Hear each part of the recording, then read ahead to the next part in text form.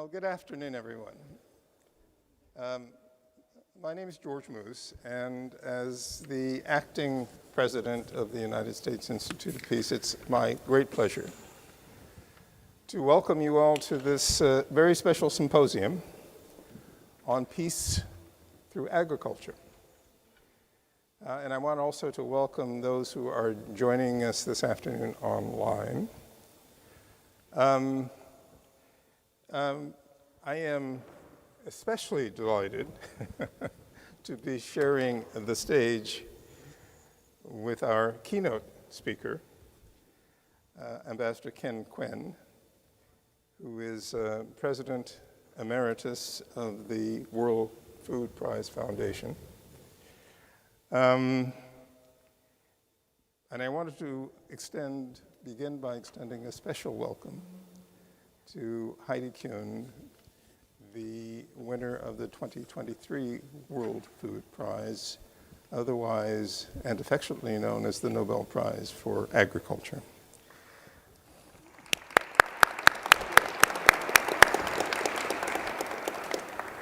I know that there were several members of Congress who had hoped to be with us this afternoon, but it turns out that this is very much a business day on the Hill, and indeed very important business being transacted because decisions are being made about who is going to occupy chairmanships and other key leadership positions. But I know that they will be interested in our deliberations this afternoon. So for those of you who may be coming to USIP for the first time, the Institute was established by an act of Congress in 1984 with the purpose of helping to mitigate, resolve, and prevent violent conflicts around the world, and indeed to build peace in their aftermath. As we mark the 40th anniversary of the Institute, I would submit that the case for the conflict prevention and peace-building agenda has never been more urgent or more compelling. It's fitting, I think, that we come to this event today fresh from our observance of America's most celebrated holiday, Thanksgiving. And indeed, on Thanksgiving Day, as I was sitting at my home computer, thinking about the words I might use to welcome you to today's event, as someone who majored in American studies at a small liberal arts college nestled in the cornfields of Iowa, I was reminded that the theme for our symposium today, Peace Through Agriculture, is one that is deeply rooted in American history. It was indeed the belief by the nation's founders that our democracy should be grounded in a citizenry made up of educated farmers. In the words of Thomas Jefferson, cultivators of the earth are the most valuable citizens. They are the most vigorous, the most independent, the most virtuous, and they are tied to their country and wedded to its liberty and interests by the most lasting bands. And this from the letter that Jefferson wrote to George Washington on August the 14th, 1787. Agriculture is our wisest pursuit because it will, in the end, contribute most to real wealth, good morals, and happiness. And, he might well have added, to peace. There's no doubt that Washington himself, a citizen farmer, would have embraced that vision. And I think there's good reason to believe that Jefferson, in turn, would have endorsed and embraced one of Washington's most cherished visions, that of a national institution dedicated to teaching the lessons of how to make peace and to maintain peace, both at home and abroad. And indeed, Washington's vision was the inspiration for this very institution, the United States Institute of Peace.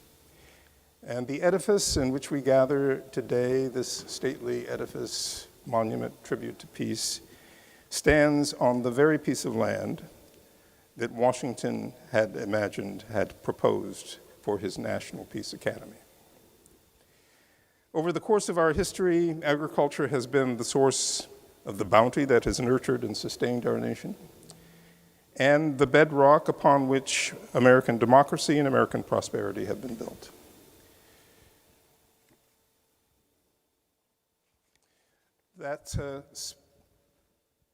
And moreover, the American people have been generous in sharing that bounty with people all around the world, those who have been less fortunate than we.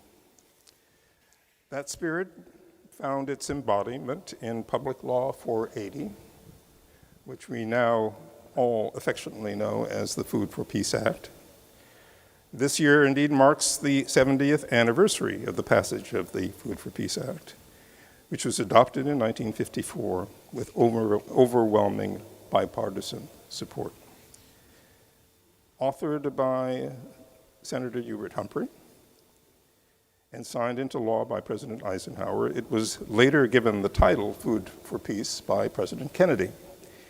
And in giving it that title in 1961, Kennedy said, "Food is strength, food is peace, and food is freedom.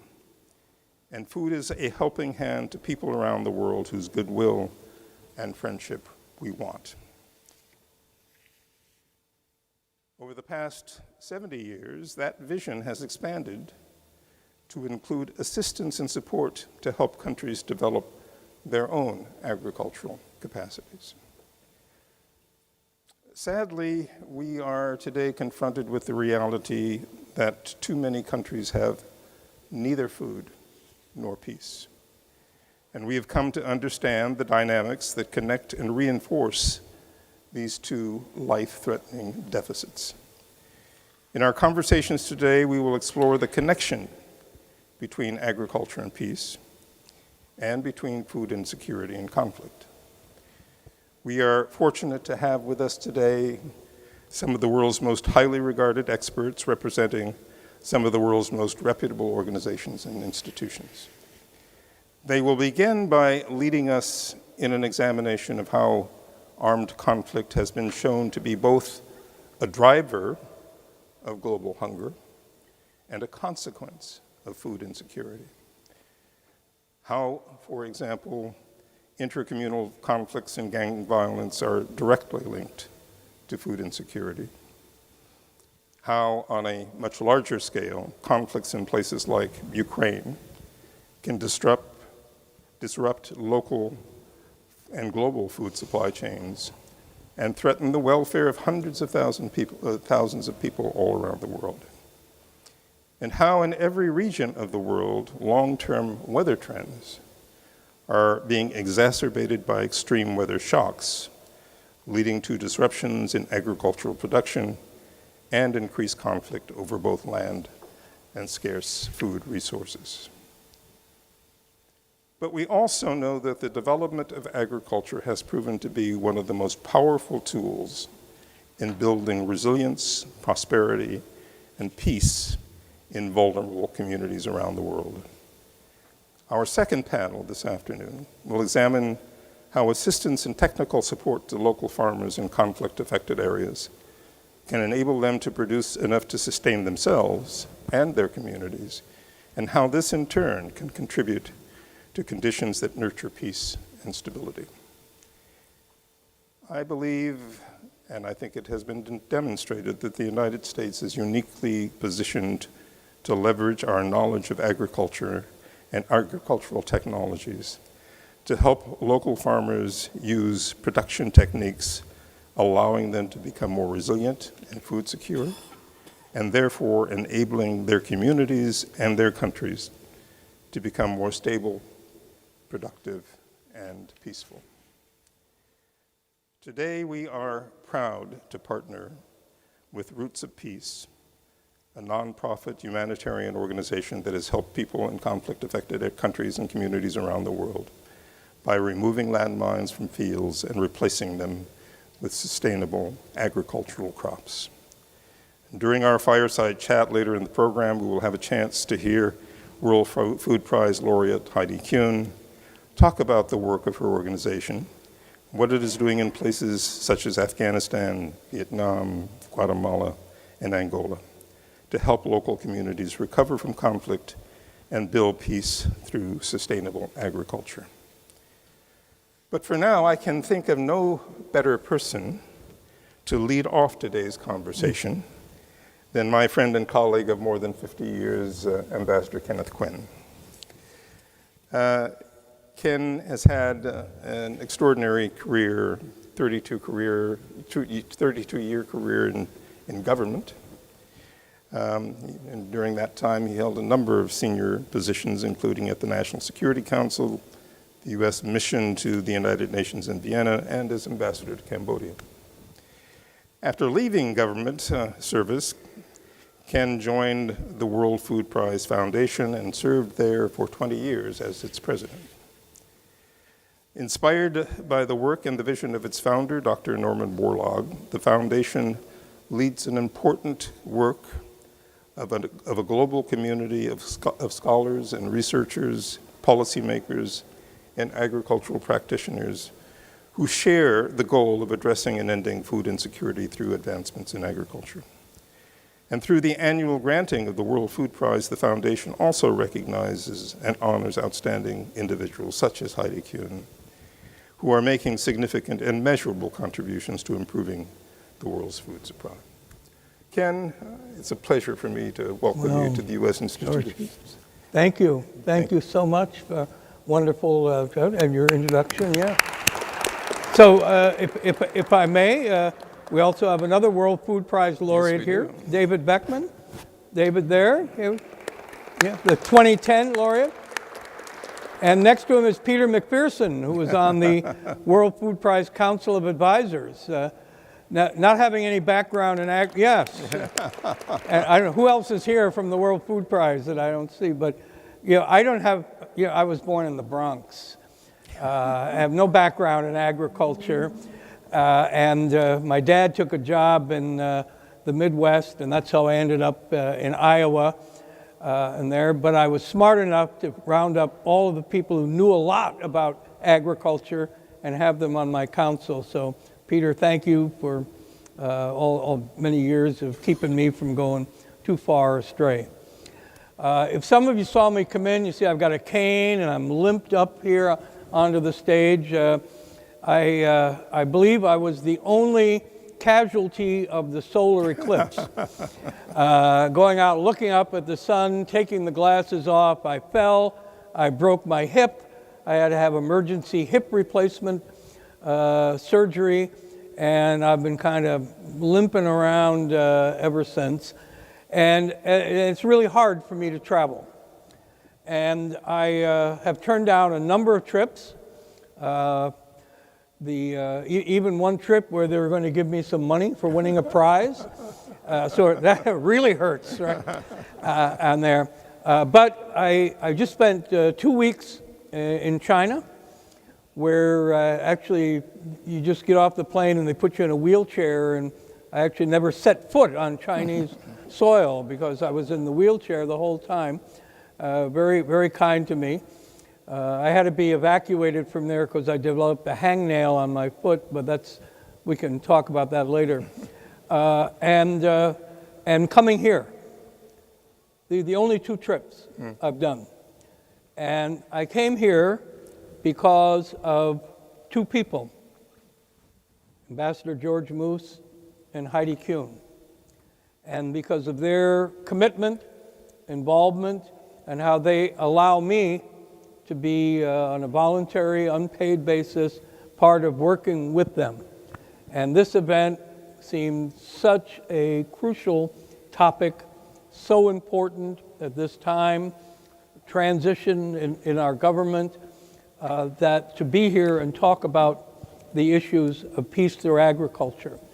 So George and I, I'm going to talk about this, met when we were junior officers in the State Department and were assigned to Vietnam. And I'll talk a little bit more, but we have also a connection with about landmines. Yep. You see we have the Iowa connection. Admiral Franken is going to be on panel, another Iowa guy. You get the idea here, you know, this is, and here, and talk about, of course, peace and agriculture, and some about the Foreign Service and Diplomatic Corps. But how Heidi and I met was interesting. It goes back to 2019, and it was my last symposium that I was organizing as president of the World Food Prize. And I said, what should the theme be? What would resonate with Dr. Norman Borlaug, our greatest agricultural scientist? And what would capture, what's the thread running through my career, my then 55, now almost 60 years? And I came up with two words, Pax Agricultura, peace through agriculture. See, it paid to take 4 years of Latin in high school, Catholic high school, you know, that's Pax Agricultura, because it is, however improbable it is, from some kid from Decatur Avenue in the Bronx to end up talking about that was kind of an amazing journey. So I'm putting together my Borlaug Dialogue Symposium. I want to have a session on looking ahead, on climate change. I reached into our government, so invited Ambassador Moose, John Negroponte, Ryan Crocker, Wendy Chamberlain, other ones. Mark Green. Mark Green, yes. Bill Burns, the last couple of years, they all would come to Des Moines, lure them out there. And we were having and I also wanted to have a panel about post-conflict situation. So I brought in the Minister of Agriculture from Rwanda, who's dealing with genocide recovery. And then I had the Minister of Transportation from Cambodia, who I knew dealing with another genocide. I had the head of Aegis Trust in Britain. It's all about preventing genocide. So, but I don't have anybody from Vietnam. And then Pat Sheikh, who was had been leading the agricultural service, foreign service at USDA, said, I'm working with an organization called Roots of Peace, and we have our founder and CEO, and we're doing things in Vietnam. So I said, oh, sounds good, you know, send the letter off to her. And I'd never heard of Roots of Peace, I didn't know anything. And Heidi Kuhn gets invited, shows up in Des Moines. We're having a welcoming lunch for the speakers. Mark Green is there. And Heidi comes up and introduces herself to me. And I said, hi, and she starts telling me about Roots of Peace. And she talks about demining, the first step. And I go, oh. I said, I know something about demining from going to Vietnam. And then I said, the line that worked, I said, it's sobering to realize that the last casualty of the Vietnam War has yet to take place. So 2025, 50th anniversary. It hurts me to say that. Yes. 50 years of the end of the Vietnam War. And there will be, for sure, somebody in Quang Tri who's going to hit some unexploded ordnance, despite the efforts of Tucker Kuhn, who's here, and the wonderful program they still have, the demilitarized zone, to do this. And this was the line that bonded us. I think it's, if you look back, these movies say, you had me at demining, right? Yeah, me at demining. And we bonded over this. and over landmines and removal and part of development. So I was retiring, and Heidi said, why don't you come to Vietnam and see what we're doing? So, hey, chance to go back, brush up on my rusty Vietnamese, take my wife who's from Vietnam back, and we go there. And then I find out that Heidi's kind of an unusual person in that, when somebody, what do you want to do for your birthday? Oh, there's this nice restaurant I'd like to go. I'd like to go to a ball game. Heidi wants to detonate a landmine. For speaking of which, the landmine just went off here. Let's push the button. You can still hear me, right? Yes, still working. You're good. Yeah, that was, I told you that would work, right? Yeah, get everybody's attention. And so on her birthday in January, there we are, the MAG Mines Awareness Group, all female Vietnamese demining team, have found a mine, and Heidi's there ready to go, and she invites me to come up, and I get to put my thumb on with hers and push the button, and now there's one less. There's now 109,999,000 mines. One's gone, one down, and this was amazing experience of what they're doing out there, because if you can't get rid of the mines and the UXO, the unexploded ordnance, then you can't farm, you can't introduce the new cash crops that can uplift people. So we're riding through Vietnam, and I get the chance to tell Heidi my story about how come I know anything about landmines.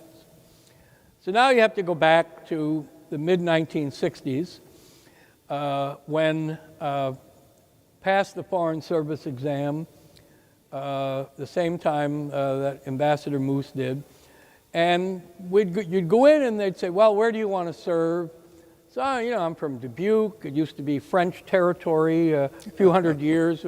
I figure I'll give it a shot. I'd like to go to Paris or Vienna. And they said, well, you're under 26, so you're still draft eligible. You're single, you're male, you haven't been in the military. There's a war going on. And before I knew what happened, I was assigned to something called MACV Cords, Military Assistance Command Vietnam, Civil Operations, Revolutionary Development Support, and 10 months of learning Vietnamese in Washington, D.C. in 1968, the most tumultuous year since the Civil War. And we get divided by sort of demonstrated proficiency. And I remember sitting in the language lab practicing next to George Moose. And his command of the tones is so perfect. And, I'm sitting there, I'm struggling, and is it a high rising tone or a falling tone? I always get them all wrong. And I barely made it through the 10 months. He's like, a star pupil, being at the front of just like in Catholic school, I was used to it there. And we go off to Vietnam. We go off to Vietnam. Right. He heads up north to Quang Ngai, which is where the North Vietnamese units were, really dangerous. And they kept me down in the Mekong Delta in a place called Sadek, a province named Sadek. And there was a U.S. Navy installation there, Admiral, Brownwater Navy. And there was a young guy there, same time I was. All the Navy, they're all tall, thin, strapping, good shape, good looking guys, named John Kerry. And so John Kerry and I are in the same place in Vietnam at the same time in the war. So I wasn't in the embassy. I wasn't in the consulate general. I wasn't in a consulate. I wasn't on a provincial team. I was on a district advisory team with 8 or 9 military guys. I slept next to 3 lieutenants, our beds right, like this. I had to pull guard duty at night with Fuzz and Slick, the team dogs. We loved Agent Orange. I'm affected by Agent Orange all my life. We loved Agent Orange because it cleared out all the weeds and you could see anybody coming up to blow you up on there. And my job was to promote development. And so in 1968, as a result of, at the time, Norman Borlaug is in Pakistan and India promoting his miracle wheat, the start of the Green Revolution. Rice developed by an American named Hank Beechel from Nebraska. I don't know how a guy from Nebraska develops rice, there's not a lot of rice grown in Nebraska. But at the International Rice Research Institute in the Philippines, and it's brought in to encourage farmers to use it because IR8 rice grows in half the time of traditional rice and with triple or quadruple the yield. So if you can get farmers to use it, life's going to be better. They'll see the government is good, the insurgents who are everywhere are bad, and will help win the hearts and minds of the people. Now, so the ag advisors are coming down, going out, seeing farmers, try this. At the same time, there's this old dirt road that the French had built 50 years earlier that went through these 8 villages that were in my district, 8 villages. And this old broken down road, it was so many potholes and washed out. You only go like 5 miles an hour at all. And we were fixing it. And we had money from USAID and with ESF and money. And by chance, we were fixing the road. And we built the road up through 4 of the 8 villages. So now trucks could come down, it had gravel on it, firm base, culverts, no washing out. And the growing season comes. And as I drive through, I notice 2 things. Number one is it's only in the villages that have the new road that farmers use the new IR8 seeds.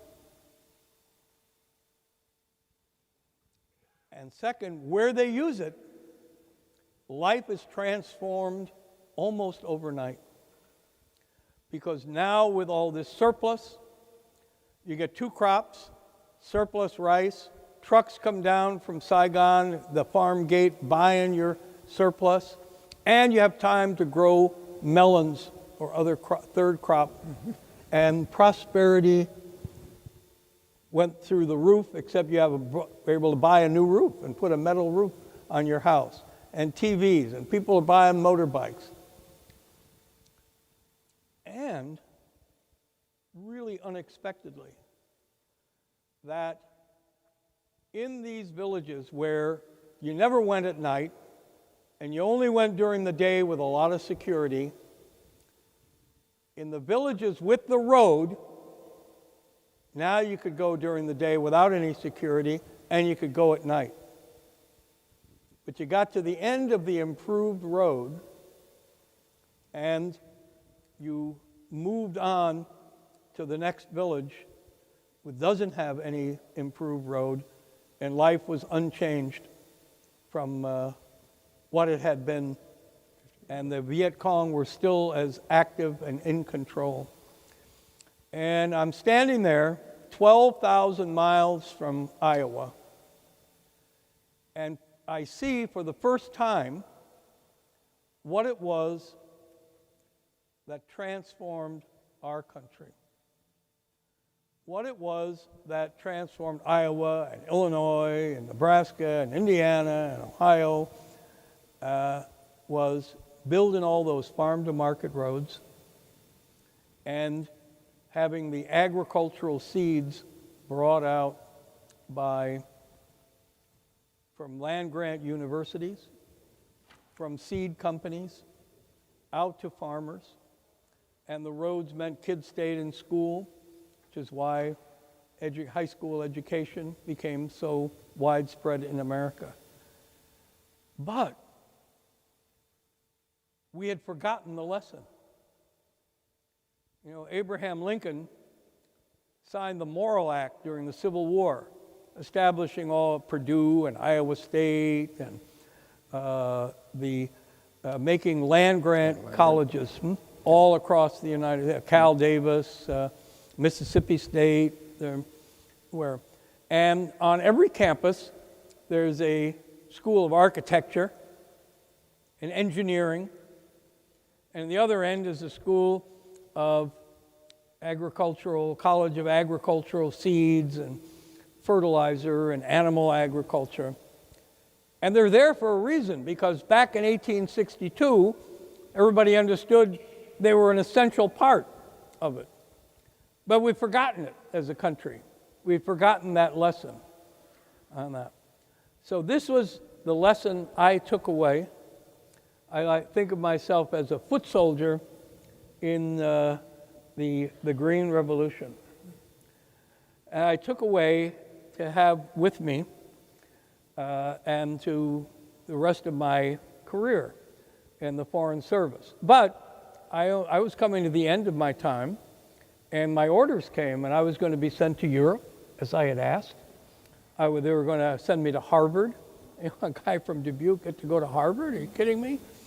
And then I had this sort of epiphany on the Mekong, where I was asked the question, why would you want to go and report on labor movements in Europe when here you're in the middle of this epic event of your generation and stepping through the cultural veil and making a difference? And so I wrote to the State Department and said, I don't want to go to Harvard, I don't want to be assigned to Europe, I want to stay in Vietnam. Now, probably many of you know that in business or organizations, NGOs, when there's such clear sign of mental instability, they bring you right home. But they were desperate for anybody to stay in Vietnam, and I stayed 5.5 years. I ended up writing a report about, the first ever report about Pol Pot Khmer Rouge and what they were going to do. And they were, Stalin, Hitler, totalitarian, widespread deaths, and 40-page report, sent it back, and absolutely no one in the U.S. government believed me. And so a year and a half later, Pol Pot takes over Cambodia, implements all the things I wrote about, and out of 7 million people in 4 years, 2 million are dead. Of that. Fast forward to 1990, Richard Solomon, who has a central vision for all this, who I work with. Yeah. I'm sure his spirit is here. He is definitely. And I think, Dick, I know you're listening to me, and hope I got it right and here. But I'm come back. I'm Deputy Assistant Secretary, and there's 25,000 Khmer Rouge. The Vietnamese army of 200,000 had been there for 10 years, couldn't get rid of them. They gave up, we negotiated. You guys leave, go home, we can reestablish diplomatic relations. And and I became ambassador. But I go to see Hun Sen, Prime Minister, and I said, let me tell you about a lesson I learned working in the Mekong Delta, which is that if you demine and you build and upgrade roads and you bring in seeds, it can be as transformative or even more so than boots on the ground and bombs and rockets. And we made a deal. I had like $13 million of USAID money. I said, we're going to go and into the roads, and these roads, the Khmer Rouge were the expert deminers. They had mines everywhere. And go in, and I'm ambassador now, not a kid FSO going off to Fort Bragg, as we had to, Fort Belvoir, walking down the booby trap trail, learning how to avoid landmines in the jungle, while all our classmates are off learning about which wine to serve at their diplomatic dinners there. And we had, and I'm back out with deminers. And they're digging out with their trowels to get down and find the mine, hit it with the trowel, hopefully it doesn't go off, and then you bring in the explosives and blow it up one by one. And I'm kneeling next to this Cambodian, American ambassadors there. We have to do a good job, keep at it. And one of the mines in front goes off, and it's like an anti-tank mine. It's whoa, Yeah. Is this such a good It's real. idea? It brings it home. But it worked. And as we upgraded these roads and brought in these seeds and opened up these areas, the Khmer Rouge fell apart. And Pol Pot is running, and we're tracking him down, trying to capture him. Had Delta Force units ready to take him out of Cambodia. And he commits suicide or somebody kills him, whatever. And on March the 6th, 1999, I get a call from the Prime Minister's office.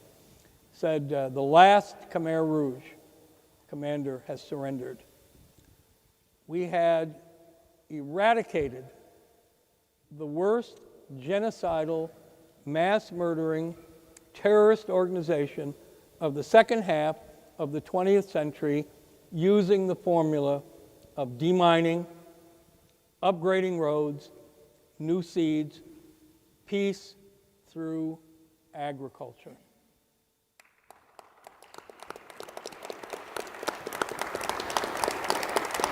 Ken, I wondered if, I know we could listen to your Yes, stories, but we're over time.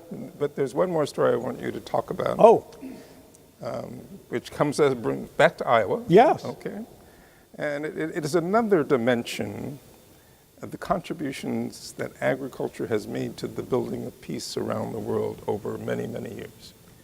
And it has to do with folks who showed up in Iowa mainly to learn about how to do agriculture and do it well. But as a consequence of that, relationships were established that were enduring and it contributed significantly to the building of peace. Can you talk about a couple of special visits? Certainly. Yeah, all right. So, after being in Vietnam, I went back a couple of years at the NSC and then came over and worked for Dick Holbrooke at State. And then I went to work for the governor of Iowa. And people said, what are you doing? Governor Pearson Fellow, Governor Robert Ray, one of the great Americans, great Republican governor, incredible guy.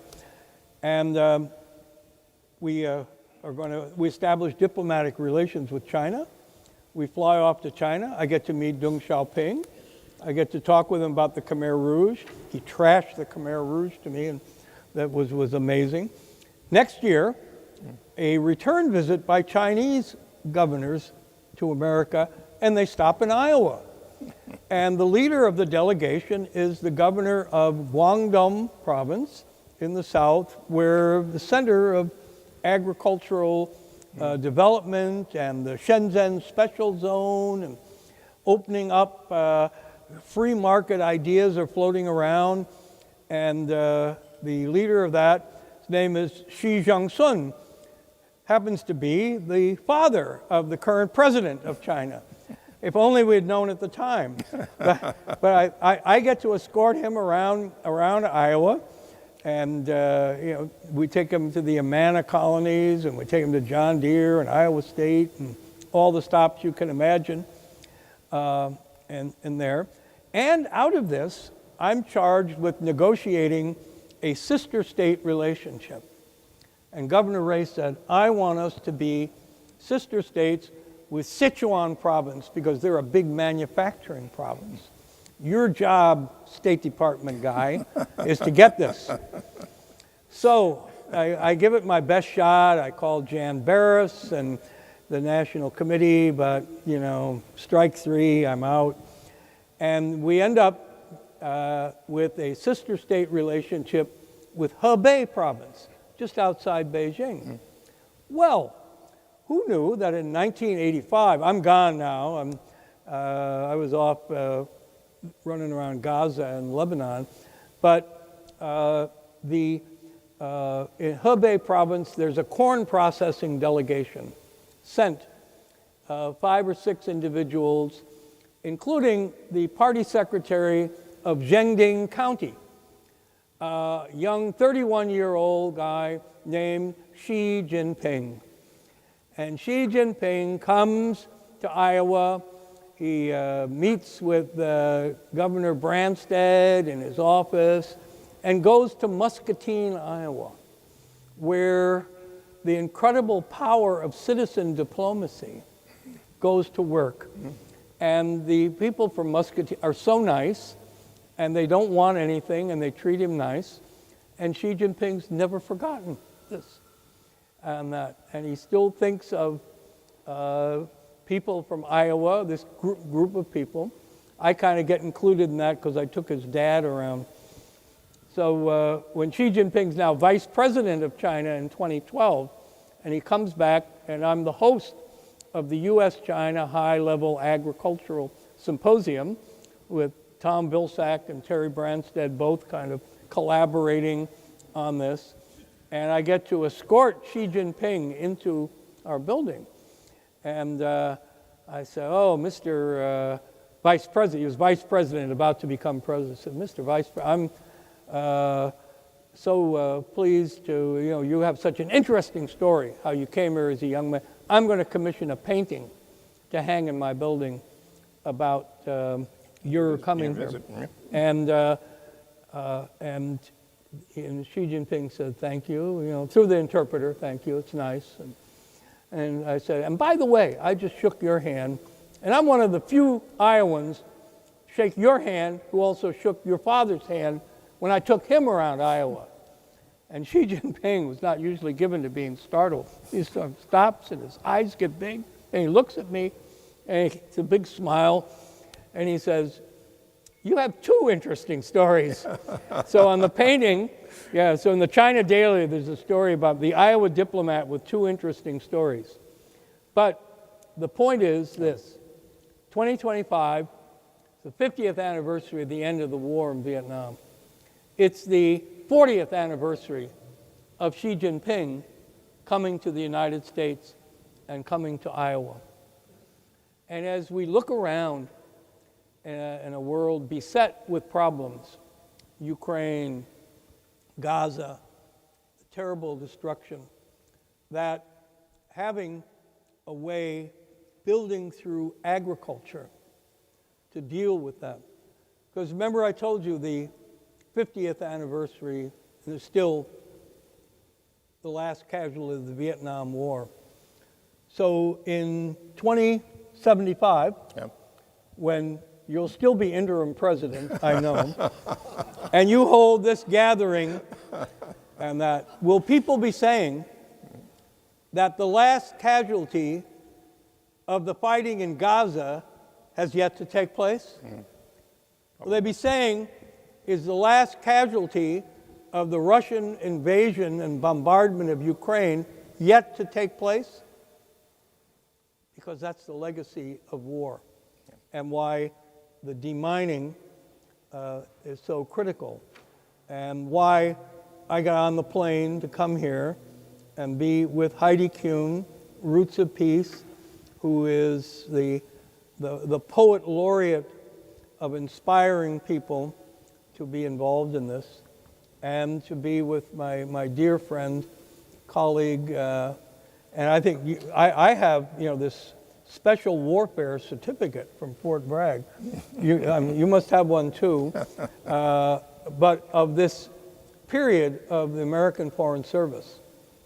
So in 10 years, if you go up here, there's a plaque in the diplomatic entrance, has about 370 or 80 names on it of people who've died in service abroad from the State Department, other than natural causes. And there's about 35 or 40 of it, all from Vietnam, all colleagues of ours who were never signed up, weren't drafted in the military, but whose lives were given, sacrifice. So I know a lot of talk about civil servants and government employees or so, but it's a very proud part of our service. So please join me in thanking Ambassador Ken Quinn, not only for his powerful insights into that connection between agriculture and peace, but also for his many, many years of Thank you. distinguished service and sacrifice. Thank you, Ken. Yeah, thank you, my friend. Thank you.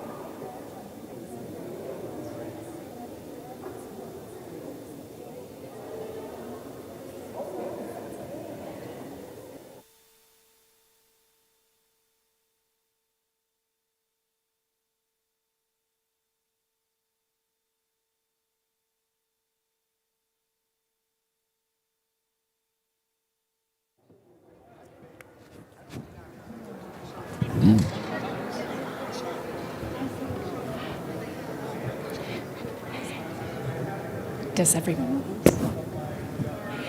Hello, everybody. Liz, should we take a moment to allow people to grab coffee? Go ahead and get started. Okay.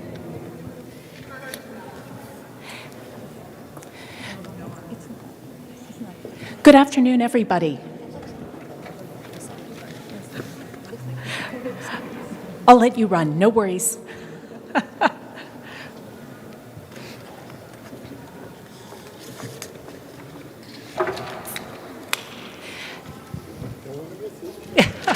Thank you, sir.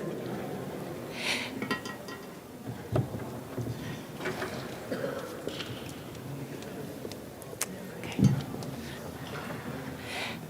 Good afternoon, everybody. I'm Tegan Blaine, and I'm a director for the program on climate, environment, and conflict here at USIP, and I'll be facilitating the next panel.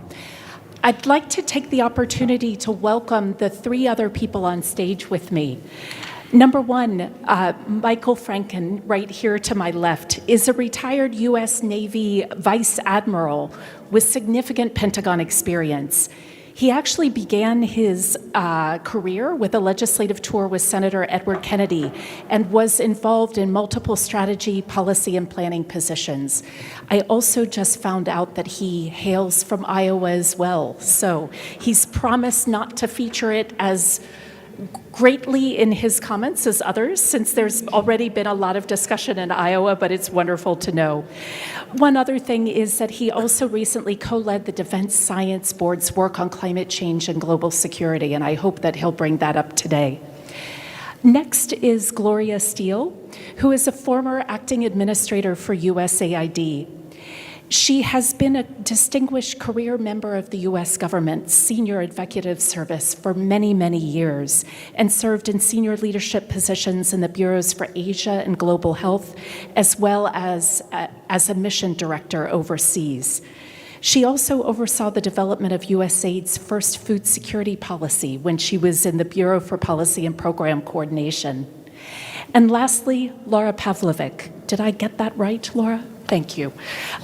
Laura is currently the Senior Deputy Assistant to the Administrator for the Bureau for Conflict Prevention and Stabilization at USAID as well.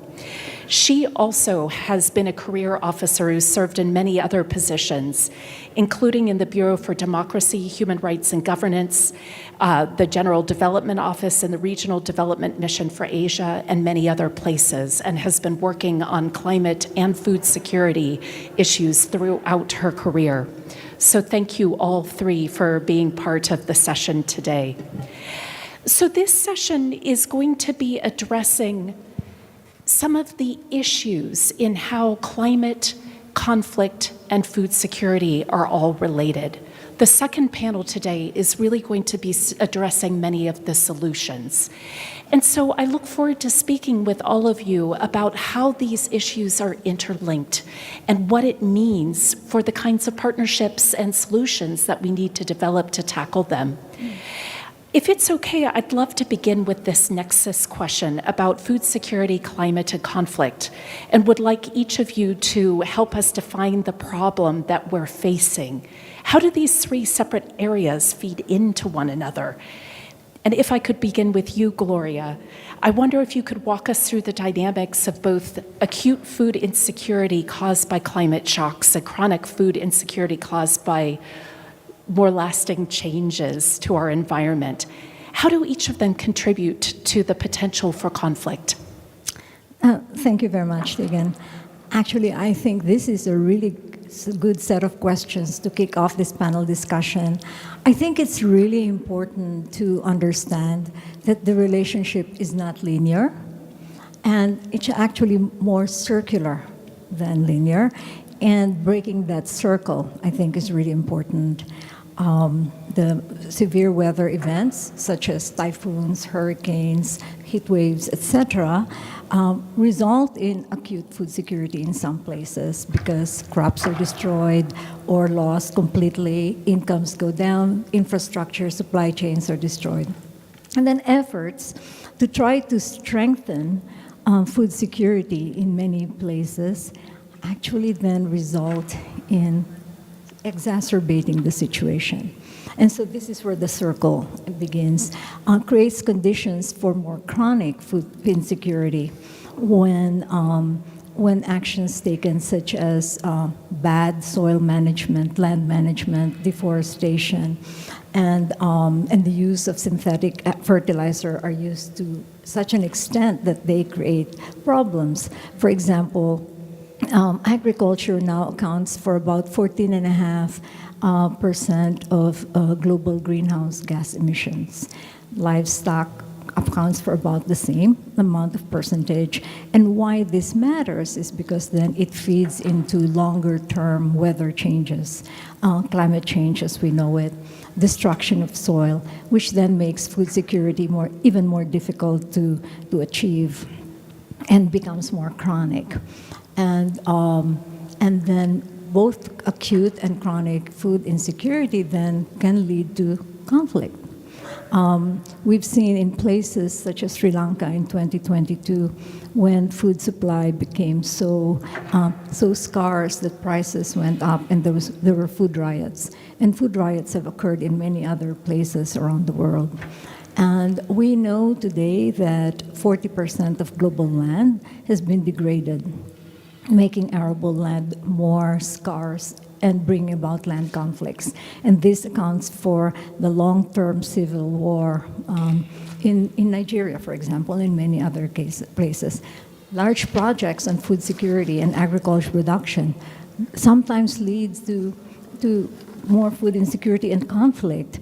And so we need to be thinking about that. We need to break that cycle because it's not linear. One creates problems for the other when you are not mindful of the appropriate solutions. Let me stop there. I really appreciate you bringing up this issue of how sometimes the solutions for one problem complicate other problems that then become a bigger issue as well. If I could turn to you, Admiral. It's okay to call you Mike? Okay. I know that the military is sometimes a bit more formal than the rest of us, but thank you. I apologize. This is my second event of the day, and I'm already tripping over my tongue. The recently released U.S. Framework for Climate Resilience and Security that recently came out of the NSC highlights how climate change is threatening development gains and increasing the risk of conflict. Especially from a military perspective, I'm curious how you see the impacts of climate change on food security connecting to broader U.S. security concerns. Well, in the military, we try and think of items that deflate problems. And so we're all in the Navy, we're all firefighters because we don't have a fire on a ship, obviously. So we think of air, fuel, and heat being the causes of a fire. You take one away, the fire goes away. Very similar to conflict, food security, and climate change. The social, the natural resources, the paucity thereof is oftentimes the combustible material. The wet mossy combustible tinder is that climate change, and as that gets hotter and hotter, the spark is food security. And then you have issues. So if we think this is a something of the future, I think we're not seeing it correctly. I can argue that the root of the Russian Revolution was food security. The French Revolution, certainly the potato famine, the Brits and the Irish, the famine in Ethiopia, South Sudan today, Lake Chad, northern Burkina Faso. All of these areas have those three issues which are force-feeding conflict today. So this is not new to the military either. We've been talking about climate change and what it does to ignite conflict since, 20 years before I came in the military. That was a long time ago. As we discussed, this is a national prerogative, imperative, that's an existential threat as discussed in our national security doctrines. We see that, and as a farm kid from Iowa, actually, and curiously, 8 siblings, no one's involved in farming today. And of my cousins, all farmers, both sides of their families, none of them are involved in farming today. It says become unique in a corporate enterprise that needs steering by people not necessarily in agriculture to ensure we do it right, as Gloria just mentioned. So in the military, we are often called to respond to humanitarian disaster relief and response events. We can talk, I think, further on that topic, but it is something which we are perfecting every day, and we know that climate change is that forcing function which makes us do better in that regard. And I look forward to this further conversation on that topic. Thank you. I appreciate the discussion of fire and how climate change can be a spark on existing and underlying food security issues. Laura, if I may turn to you now, I would love it if you would help us break down some of the actual mechanisms through which food insecurity translates into conflict within communities.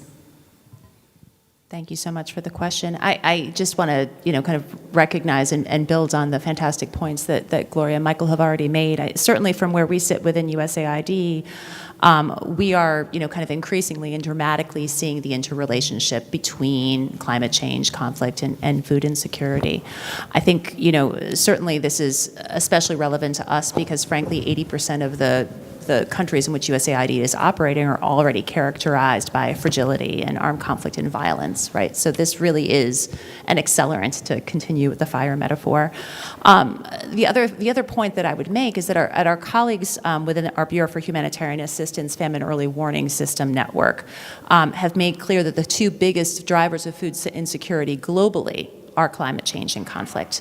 So as we think about how these systems interrelate with one another, we often tend to think about the discrete effects of climate change, but really, kind of coming from a conflict bureau, we really see the impact that climate change is having on systems, right? Whether those are political systems, whether they're economic systems, whether they're environmental systems.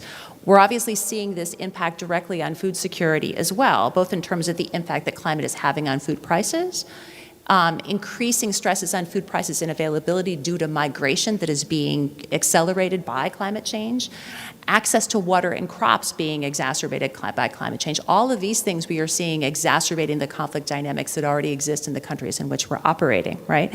Resource scarcity and food insecurity are in turn threat multipliers that can exacerbate political instability and civil unrest. Michael's just given a couple of great examples here. If you think about the Arab Spring, that also, frankly, was driven by food insecurity as well, right? This, over time, is really degrading the resilience of the countries in which USAID is operating, right? I think the other point that I would make is that these, these mutually compounding challenges are also exacerbating inequality, right? You think about the impact that women are that are being felt by women who are disproportionately bearing the brunt of both climate and economic shocks, right? The droughts that we have seen in the Horn of Africa, for example, or the fluctuating food and spiking fertilizer prices that we've seen in the wake of the full-scale invasion of Ukraine. I think the final thing I would say on this is just the extent to which we have got to begin to get this right, because these problems are accelerating, right? Just 2 months ago, our colleagues from the African Center for Strategic Studies noted that 163 million Africans are facing acute food insecurity this year. That is triple the number from 5 years ago. 130 million of those people are living in countries that are affected by conflict, right? These numbers are also reflecting global challenges like supply chain shocks resulting from the COVID pandemic or the war in Ukraine. But we really need to understand the interrelationship between these dynamics better, right? We can't sustainably address food insecurity without tackling these primary drivers of climate change and conflict. And so the long-term resilience that we seek to shore up in the countries in which USAID is operating really depends on our ability to better see these interconnections and also program to address them. It's such an important issue that you're bringing up, especially about how the change in the number of people affected by food insecurity, the number of people who have been displaced due to weather emergencies, all of this has really added up over the last 5 years and has just become such a visible problem. And it's part of the justification, I think, for all of us being here today to talk about these issues. Gloria, if I may turn back to you. The Feed the Future program, which USAID has led, has been such an important part of the U.S. government's engagement on these issues over many, many years. Right. And I'm curious if you could help us understand how the Feed the Future program approaches food vulnerabilities globally and how a climate lens is integrated into these programs. Thank you. That brings me back to 2007, 2008, when prices were spiking and everyone was thinking there's going to be a food shortage, a rice shortage in particular, at that time. And this is one of the actions that USAID took in order to try to avert a kind of crisis or instability that could occur or often occur when food becomes scarce and prices go up. So the Feed the Future project initiative was launched in 2010, and really the objective was to address the issue of food but specifically to enable communities and citizens to be able to have not just increased food, but be economically able to purchase food, because that is part of food security. It's not just the supply, but also the ability to access. So that was one specific objective. That was one of the specific objectives of Feed the Future. The second objective of the Feed the Future was to create resilience for communities and food systems to be able to respond to climate shocks, the food shocks, et cetera, that was happening at that time. And the third is about nutrition. I think we often forget that food security isn't just about having the supply of food, but also having an access to food, but also being nutritionally able to consume the food. That is the third leg of a food security initiative. And so those were the three objective areas.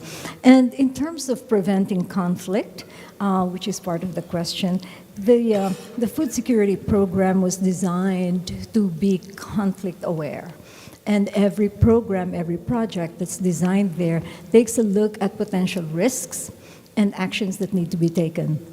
It also mostly is done at the community level to be closer to where tensions might occur in designing projects. And the third, as I mentioned earlier, was providing the ability of households and communities to be able to grow food and to have access to food when they are not growing food. And then the final component of it was working with, collaborating in partnership with civil society and governments and other donors. This is particularly important because one of the issues that result in food insecurity is related to policy, for example. And so the Feed the Future project looks at policy issues that may exacerbate the situation. And so that is how they have prevented, they have incorporated the important at the policy level, at the community level, and people level, looking at issues that may trigger food insecurity and conflict, and helping come up with climate resilient solutions. In addition to Feed the Future, of course, was the accompanying humanitarian aid, which I know we'll talk about later, which provides immediate relief when there is food insecurity in order to avert conflict. So let me stop there, but that's basically what the Feed the Future was designed to do, was really to go back to trying to avoid conflict due to food price increase and food insecurity. I think that's a good reminder of the history of that initiative, a really, really important one. And I also appreciate how you're talking about both the importance of what's happening at the ground level, but also the importance of policy and how that can be used to try to ensure that conflict doesn't happen, that it's prevented ahead of time. Laura, if I may turn back to you. In terms of these challenges to stability, I'm wondering if you can outline some of the unique challenges that this nexus poses for policymakers seeking to improve stability in food insecure or climate-affected areas. Thank you. I mean, I think first and fundamentally, one of the challenges certainly that we've seen within USAID over the past several years looking at this issue is that climate change had traditionally been seen as a tomorrow problem, right? Unfortunately, as we've talked about, the impacts are becoming increasingly severe and frankly too immediate to ignore. Michael mentioned South Sudan before, where you can actually see on a map, right? Flooding and the immediate aftermath of, kind of natural resource related conflict, food insecurity, et cetera, et cetera. So I think one of the really important ways that we've been working within USAID to address this challenge is actually to help our missions in better visualizing what's going on, right? Coming back to this idea of FuseNet, which has been such an invaluable tool for the agency over the years, right? What we're really trying to do now is to overlay, kind of conflict mapping, to overlay climate on top of food insecurity so that we can better understand and be able to more agilely respond to these accelerating challenges. But as we step back and we look at the challenge, I wanted to come back to this, kind of the systemic impacts of this. I mean, I think fundamentally the challenge that food insecurity presents is that it undermines the political stability of countries generally, right?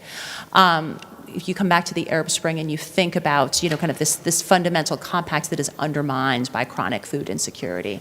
But ultimately, I think, it also undermines over the long term as you think about the impact that, successive cycles of poverty and malnutrition are having on the long-term development impacts in a country. But I think, as certainly from where I sit again within the Conflict Bureau, right, we are also experiencing these much more immediate impacts in real time. If you think about the ways in which violent extremist organizations, for example, are leveraging climate impacts to increase recruitment, right? Food crises that are driving hunger and malnutrition and creating these risks of instability because they are leading to cycles of migration that are in turn, receiving communities that are already, kind of stressed, dealing with conflicts on, kind of both within communities that are being left and communities that are receiving folks that are being driven by these successive cycles of crisis and food insecurity. So I think the other thing that I would say is as we look at this, we really do, and I really appreciate being part of a panel with, kind of colleagues from the DoD, because I think one of the key solution sets that we've seen is really trying to, kind of ensure that we are working across the 3Ds of defense, diplomacy, and development to take on these sorts of challenges. We certainly within the CPS Bureau have really appreciated, working through our, Office for Civilian Military cooperation with the combatant commands to really be thinking about how we can be engaging with them on the big plays that they've been working on with climate, to really think about how we could be bringing together, kind of the defense and development establishments and taking on these sorts of challenges. So I think certainly as we look at the challenges, really thinking about the ways in which we can be working across the interagency to address some of these reinforcing and accelerating threats. Thank you, Laura. This is a great setup for turning back to Mike. But I just wanted to say first, I really appreciate how you're connecting what's happening about food insecurity at the local level, at the very personal level, to what that means in terms of how armed and extremist groups are taking advantage of the situation, or how it's undermining stability of a government, especially with movements of people. And I did just want to say, migration is such a challenging issue because it can be a really valid response to food insecurity and climate impacts, and yet it also can create its own risks of undermining government when that kind of movement is not planned for and leads to complications. Yeah, absolutely. Mike, if I may turn back to you, Laura was kind enough to set you up to talk about the collaboration between the different branches of government. I'm also curious about your thinking around collaboration between civilian and military branches in general, and how those kinds of civ-mil collaboration can support working on these issues. Sure. So I would like to award an honorary generalship to Laura for that discussion. She talks like a general. I hope that's not a demotion. But there's another person who spoke like that, and that was Richard Solomon, who I spent quite a bit of time with. And as a military person, I always thought it was grand that this country would designate an oversight of the mall with the study of peace. And I thought that was well done. So humanitarian responses, it's a double-edged sword from the military. But in our climate study with the Defense Science Board, which is an incredibly learned entity of some of the best physicists and social scientists this nation can produce, we spoke of HADR frequently and how we can do better. As a military person, it's a rough road because oftentimes you do your best and it takes one issue that sinks the effort. And we don't also want to get in the way of other entities whose reason for being truly is that. But we oftentimes have the logistics, have the capabilities, have the distilling operation machines, etc. And in the future, imagine the ability to put a small modular reactor, it's not a dirty word, to produce electricity and make salt water into drinkable water, potable water, etc., and to establish an electrical grid after a mass calamity. But that is the future for where I see the military. And we are training for this. Every operation that we do, every planning, every tabletop has an HADR aspect to it. And back in the early 80s when I came in the military, we were tasked one time to respond to a hurricane. And I was on a steam destroyer. And if you know about ships, we barely produce enough water to feed our boilers and for the consumption of our crew. And it's one of those ships where the fuel has too much water in it and the water has too much fuel in it. It's a difficult life. And we pulled into San Juan, Puerto Rico after the place was devastated by a hurricane. And we had throngs of people on the pier. We can barely produce water for ourselves, and we have to shut the distillers off because the harbor is so polluted with debris that we were asking them for something versus them asking for us to take care of them. And we were poorly suited for the operation. We are now getting better. Pre-staging equipment, educating individuals for the PAL mill connections. We have about 90 mill deck officers, people that are assigned to the State Department and other agencies. We have 90-some POLADs, and I have fond memories of flying around Africa. I was the senior military officer on the continent for one tour as a Navy person.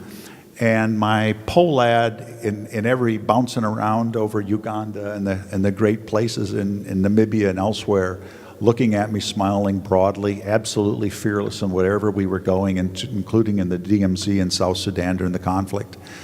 But it is that type of professionalism and shared end states that we need across the interagency to give us a whole of government approach.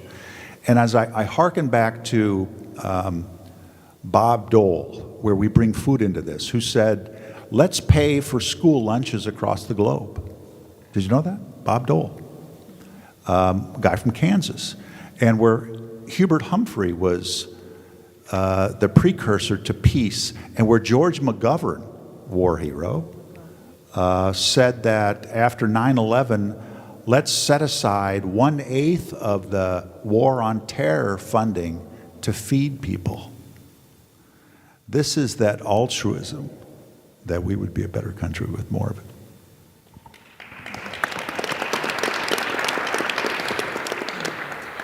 Could I put you on the spot with a follow-up question? Sure.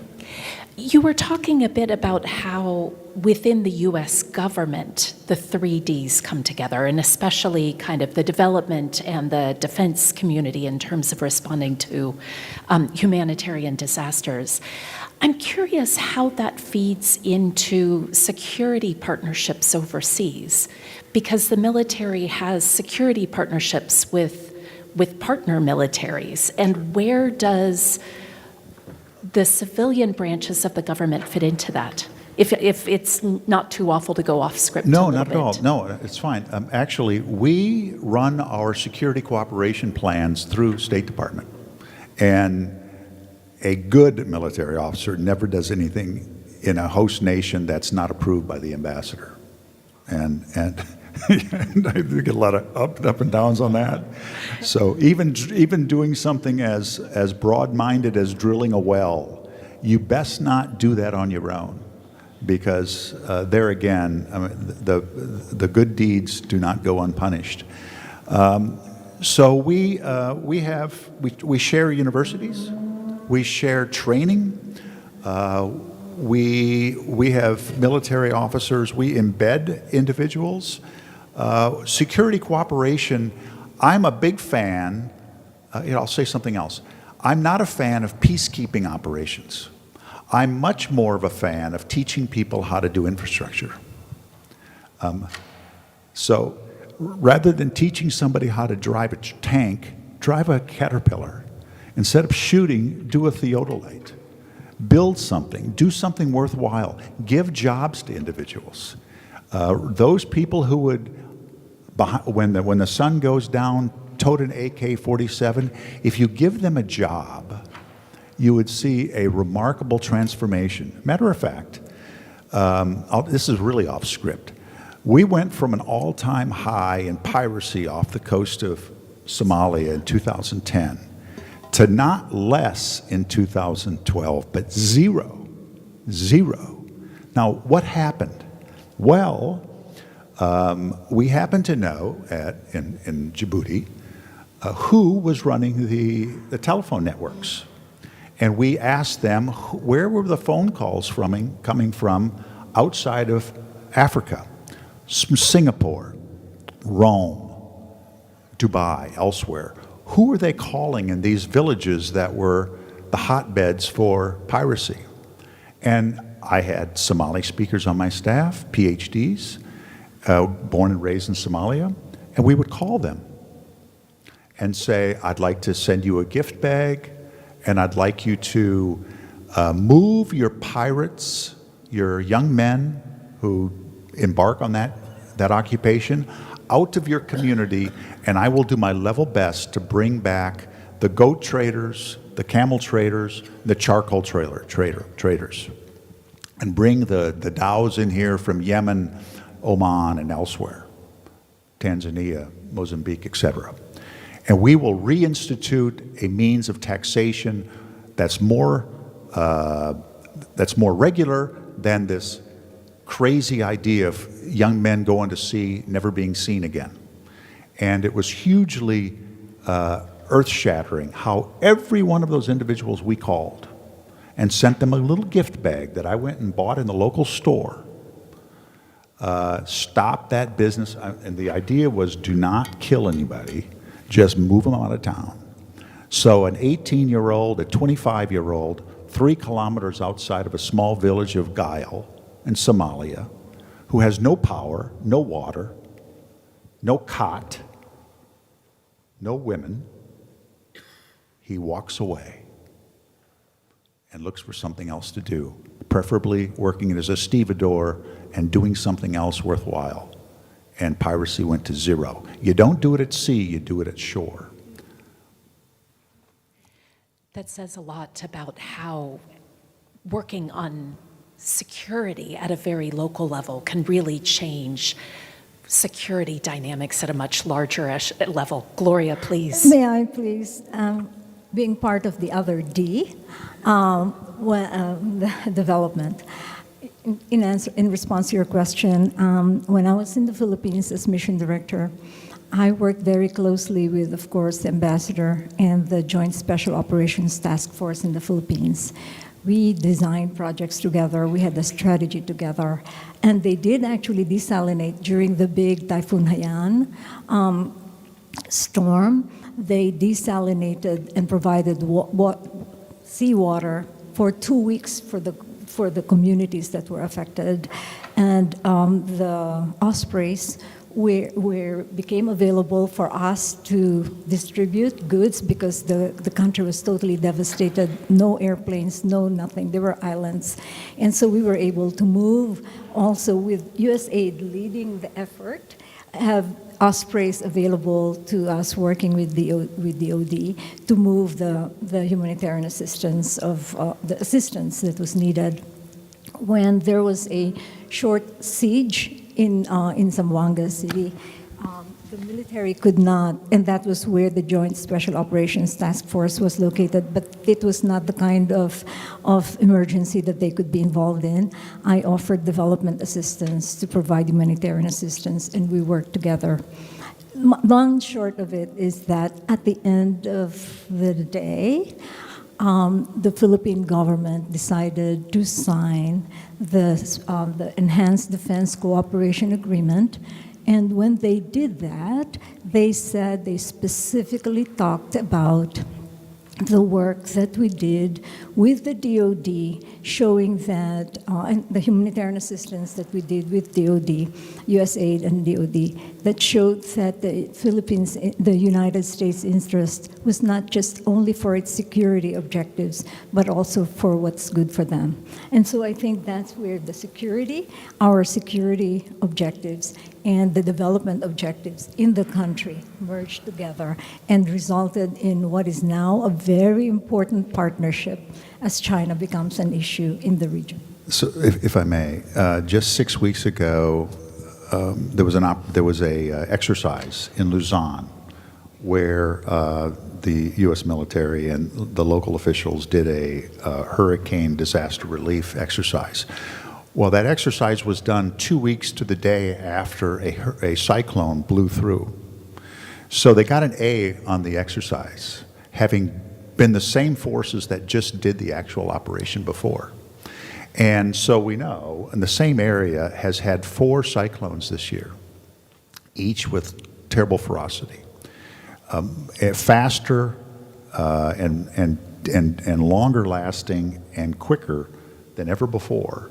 This is a result of climate change, and where the resiliency of the local community, that is the future in the interim periods, where we can help them. And the military effort in that is to ensure that the good governance and to create a military that is of the mind where the locals run to instead of run away from, which has too often been the problem in places like Africa.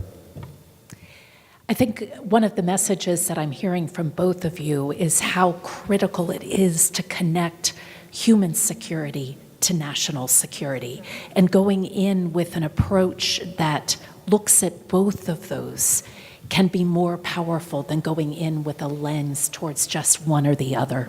Absolutely. That is absolutely. Thank you for that. Was actually my message here, was when we talk about human security, their needs for food, water, etc., and combine that with our national security interests, it's more effective in getting in achieving both our objectives than if one did the without the other, did the work without the other.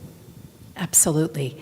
You know, this also brings up the next topic, which is how you connect that short-term perspective and the long-term perspective. How does humanitarian assistance, and which addresses immediate food needs, connect to development assistance, especially in conflict zones? And how do you think about that in terms of building community resilience, building food security long-term, and so on? And that's a question for all of you, but perhaps I'll start with Laura, since the earlier conversation was with the two of you. So thank you. And Michael, as you were speaking, I actually wrote down and underscored the word prevention. I mean, I think ultimately this is the reality that we're living in right now. If you think about the costs of humanitarian assistance, around the world, it is completely unsustainable. Our colleagues in the Bureau for Humanitarian Assistance are under tremendous pressure to respond to these increasing humanitarian needs.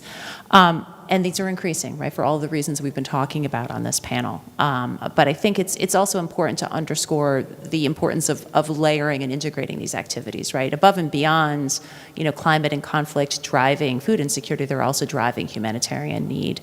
So one of the areas that I've been really excited to be very engaged in since being back in Washington has been part of a humanitarian development peace nexus task force that we've been engaged in along with our colleagues from the Bureau for Environment and Food Security and the Bureau for Humanitarian Assistance.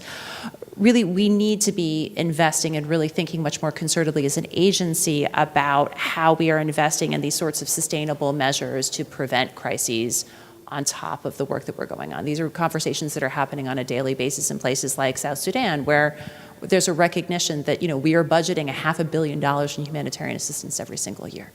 $500 million. And we exceed that need year on year on year.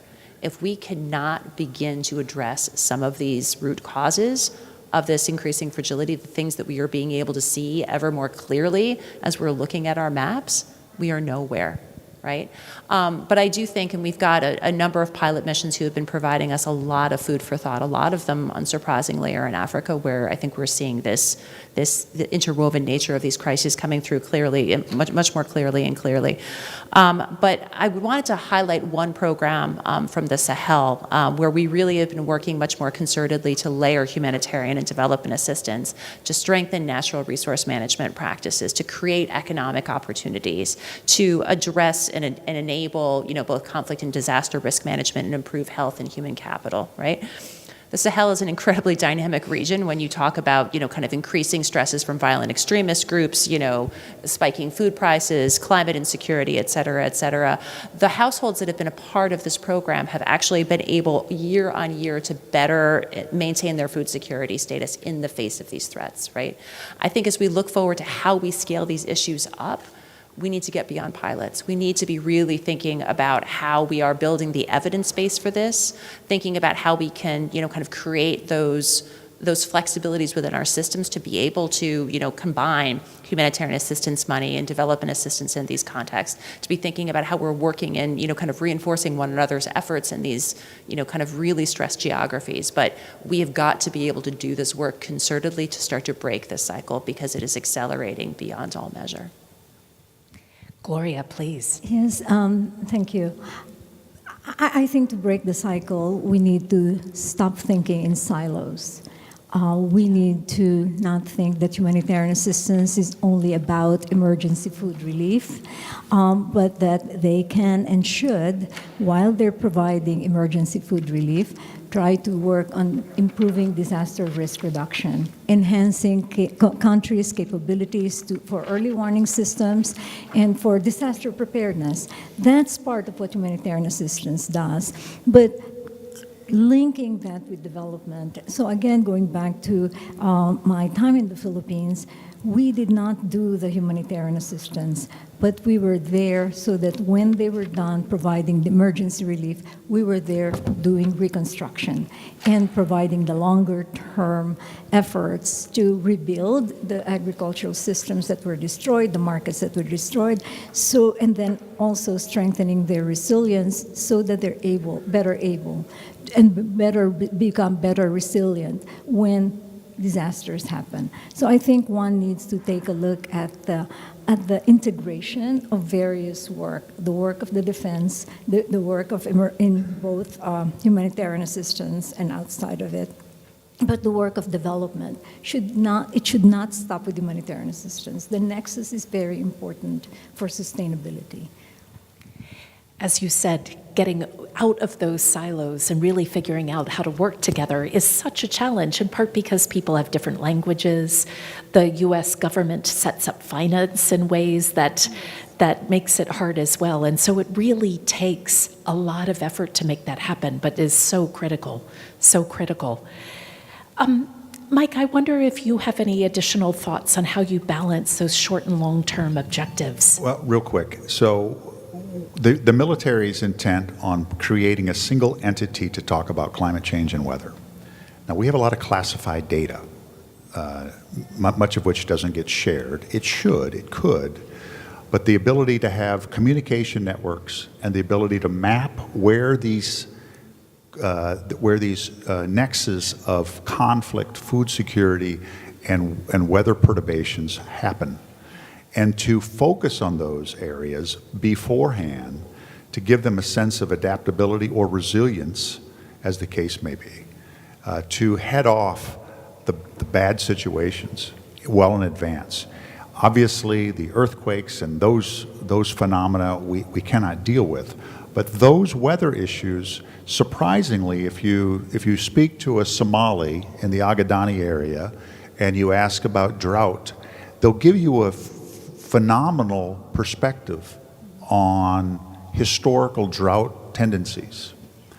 And the issue is because of the necessity of living, they can't get out of the way of what's impending. And consequently, that's where we could head off some of the catastrophic situations. Great. That does turn back to the issue of partnerships. And just from a strategic and diplomatic point of view, I wonder if you could speak a little bit about the level of awareness among security partners of the connection between food security, climate, and conflict. Mike, if that's okay. Well, the Indo-Pacific region has the highest number, actually North America, United States, has some of the highest number of weather-related catastrophes. India, China, the Philippines, Bangladesh, Myanmar, United States, now Mexico as well.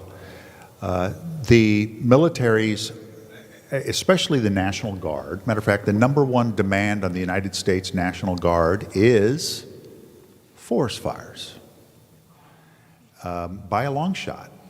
And the cost of those issues are going up every year.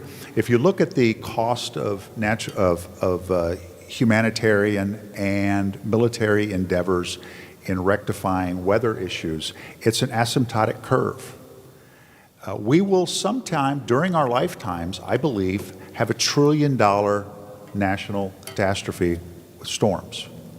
The scenario, very simple, is a Dorian type storm that augurs through Miami, works its way up the Florida Peninsula through Orlando, Tampa, builds strength back in the Gulf, and hits then a Gulf spot, and America will change the way we spend our budgets to try and fix what just happened to America, to our Sun Belt region. That is going to happen, and we've had near misses. The storms of late have been small change compared to what we can expect in the near future. So we realize this, and we should train our people that we have an example. I have trained for high-end combat for every one of my deployments. But what we haven't trained for is HADR operations. And yet, every deployment we've had an HADR. And fortunately, we haven't had high-end combat that often. We should, consequently, not make that job number one, but it should definitely be something that's in our wicker, in our quiver, and we should do better when we are called upon. That's a huge change, making HADR something that's in the top priorities and something that you're more regularly training for. Well, it oftentimes leads to conflict on the backside of it. Yeah, absolutely. Somalia is a great example. It was an unfortunate example. Really good example. Thank you. That actually gets into the next topic that I wanted to raise, especially looking forward to the next panel, which is going to be talking about solutions. Laura, you mentioned that many things are being tried by USAID missions, but they're pilots. And the question comes, how do you scale up some of these pilots? But I'm curious, among the three of you, you've talked about some of the work that's being done to build prevention and prediction. You've talked about some of the partnerships to respond to to respond to humanitarian disasters. What are some of the other initiatives that really can be scaled up at this time and have much greater impact? Or other initiatives that we haven't discussed that can really help tackle this nexus of food insecurity, conflict, and climate? So I think, as you think about the partnerships that we're going to need to have in place to address these, kind of increasingly, massive challenges, as I was thinking about the response to this question, I first thought local, unsurprisingly, and then I thought global. And so I think, for me, again, having worked on this for several years, I think where USAID has worked most effectively, it has really been where we have been drawing on the tremendous strength that we have of our staff and our local partners on the ground, right? So, for example, the USAID mission in Kenya asked us to kind of come out and take a look at the ways in which climate change and responses to climate change were driving conflict dynamics on the ground. And this is back to the visualization again. It's really thinking about how we can bring together some of the fantastic quantitative methods that our colleagues in the Humanitarian Assistance Bureau have got with a lot of the qualitative, kind of development style work, the community consultations, to really identify at a very granular level how climate shocks are driving food insecurity and how they're driving conflict. But critically, because of the fact that we were doing that work with local partners, we were able to identify not just how this was playing out at the community level, but to also to be able to identify where the pillars for peace were at the community level. A lot of this comes back to very basic issues. We were talking before about, kind of the really tremendous collaboration we've had on, for example, land and conflict issues, right? A lot of this comes down to land use and really working on, kind of addressing those dynamics at the community level, right? What the mission was able to do was to be able to identify county by county, right? How are we going to regularize land use? How are we going to be, solving community conflict around these issues and really start to build out, kind of long-term sustainable issues? I think that that's really important, not just because of the fact that it's kind of addressing the immediate conflict, but it is also because of the fact that it is working, because of the fact that we're engaging the community level, thinking about how we are engaging all members of that community and having a stake in sustainable solutions, right? That's important, not just for environmental resilience, but for social resilience as well. I think as we look about scaling this up, I think a lot of the work that we're trying to do is really to think about how we can be kind of getting beyond development assistance and thinking much more concertedly around how are we engaging the private sector? How are we engaging multilateral funds like the Green Climate Fund and taking this work forward? So my bureau, for example, the Conflict Prevention and Stabilization Bureau, has been working in very close coordination, again, with state and defense to implement the Global Fragility Act. One of the things that I've been really excited to see, where we're deepening our partnership with Mozambique, with Papua New Guinea, with Benin, with Cote d'Ivoire, with Ghana, is working with the Development Finance Corporation to stand up a fragility unit that is going to enable us to actually look at interventions like this and surge financing to those spaces, to really thinking about how we can be leveraging private sector resources to fund peace-positive projects like this on the ground. So I think it is this combination of drawing on the strength that we have because of the missions and the partners that we have on the ground to, kind of leveraging the tremendous, kind of the tremendous engagement that we've been building over the past, decades in engaging private sector and multilaterals to really, kind of identify those, kind of nexus points for greater resilience and security and to surge financing to those places to hopefully be able to scale those solutions. Gloria. I think there are few important points to keep in mind here about scaling. One is that we need to learn from experience. We have a vast volume of experiences. We've been through a lot of the problems that we're going through right now and will go through in the future. We have a lot of lessons that we can learn. We don't need to reinvent the wheel. We just need to learn. And AI, I hope, will help us learn faster and take advantage of what has been done, what has been successful, and what has not been successful. The other is what Laura began to talk about. The problem is, one problem you'll hear about in terms of why we're not scaling is resources. And resources will continue to be scarce. And we need to be creative about where resources should come from. Laura mentioned some of them, the private sector. But the governments that we work with, we need to make sure that we're aligned with them in terms of what they need to prioritize. They know what the problems are. And for as long as we fund every single bit of the problem, they will not own it and will not scale it up. At the end of the day, scaling up will have to be done by the countries where we work. They do this by first involving them, training them, building capacity, having them own the problem that they need to solve. And really the movement towards locally led development is really important in this regard. We need to let them lead. We need to allow them to lead the solution to their problems. And I think that's where this will be scaled, is once they own it and they have the capacity. And then supplement it with the few resources that are now available. U.S. government is now the biggest funder of any bilateral donors, and the problems keep continuing to increase, and so we need to be really creative about where other resources should come, and we should involve the countries where we work. They need to buy into this, and they need to have skin in the game, and they will be the ones who will scale this up, the various projects that we have. Thank you. Mike, what's your perspective from the defense side? So I don't think we ought to be worldwide leaders in this area, in the Department of Defense. We have I think an issue internal to ourselves as a nation on whether we want to do that now. We seem to be drifting a little bit away from the broad-shouldered and big-heartedness of America in the past. The military does have a role in our engagements with host nations to ensure that economic disparities do not become that tinder for future flame.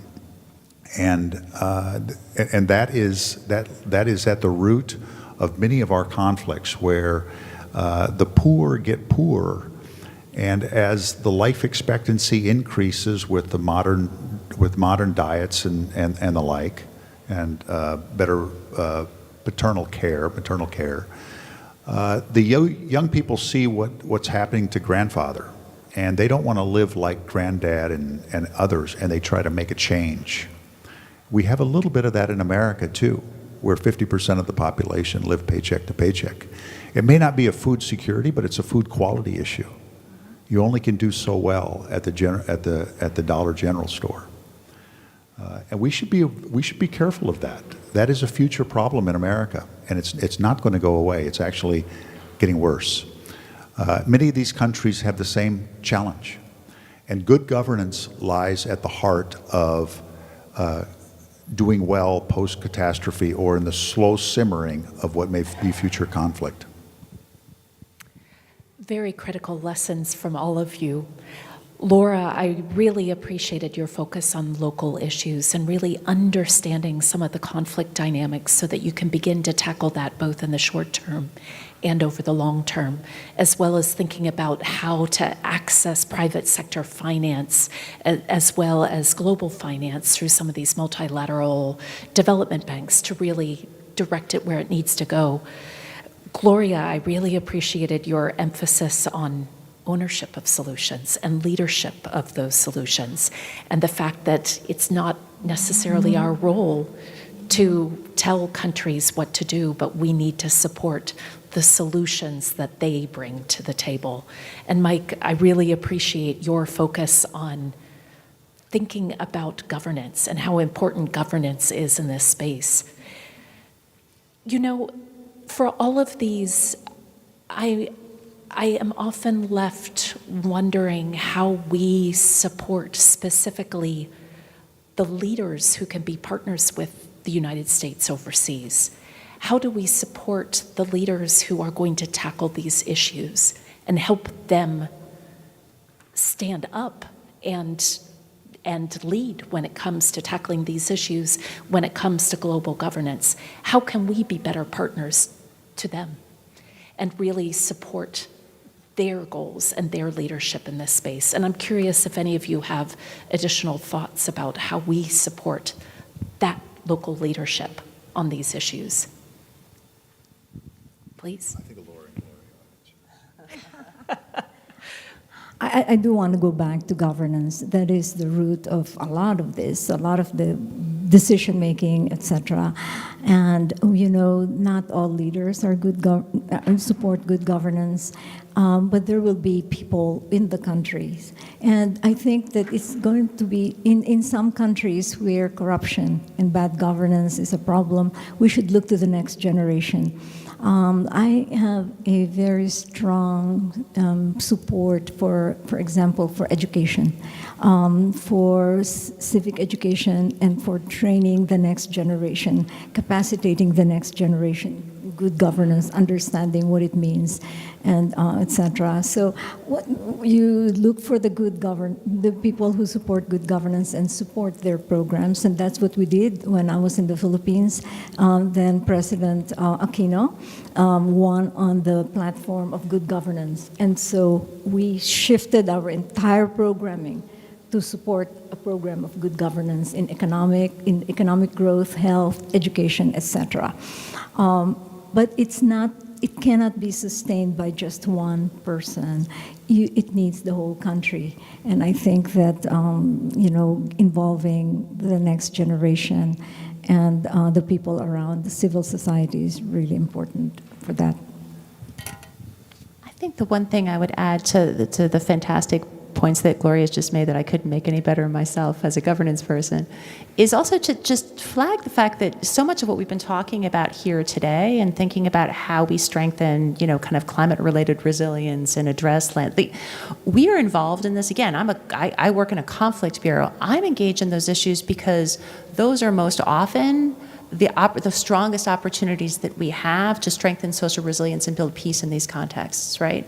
As we've looked back over the past, decade or so of our reconciliation funds, we're increasingly working in these areas. Yes, we're working in these areas because the challenges are accelerating, right? We have these stresses that we've been talking about on land use and agricultural lands and water resources, et cetera, et cetera. But we also know that the ways that you solve those conflicts are really important ways that you start to build social resilience within a society. I agree with Gloria 1,000%, right? The answer to governance in these countries is not a single person, but you need to start to think about how you strengthen those norms. And so much of the work that we're doing at the community level to address these sorts of challenges is also key to building that social resilience over the long term. So there's also an upside to all of this work that we've been talking about as well. That is a great summary of everything here.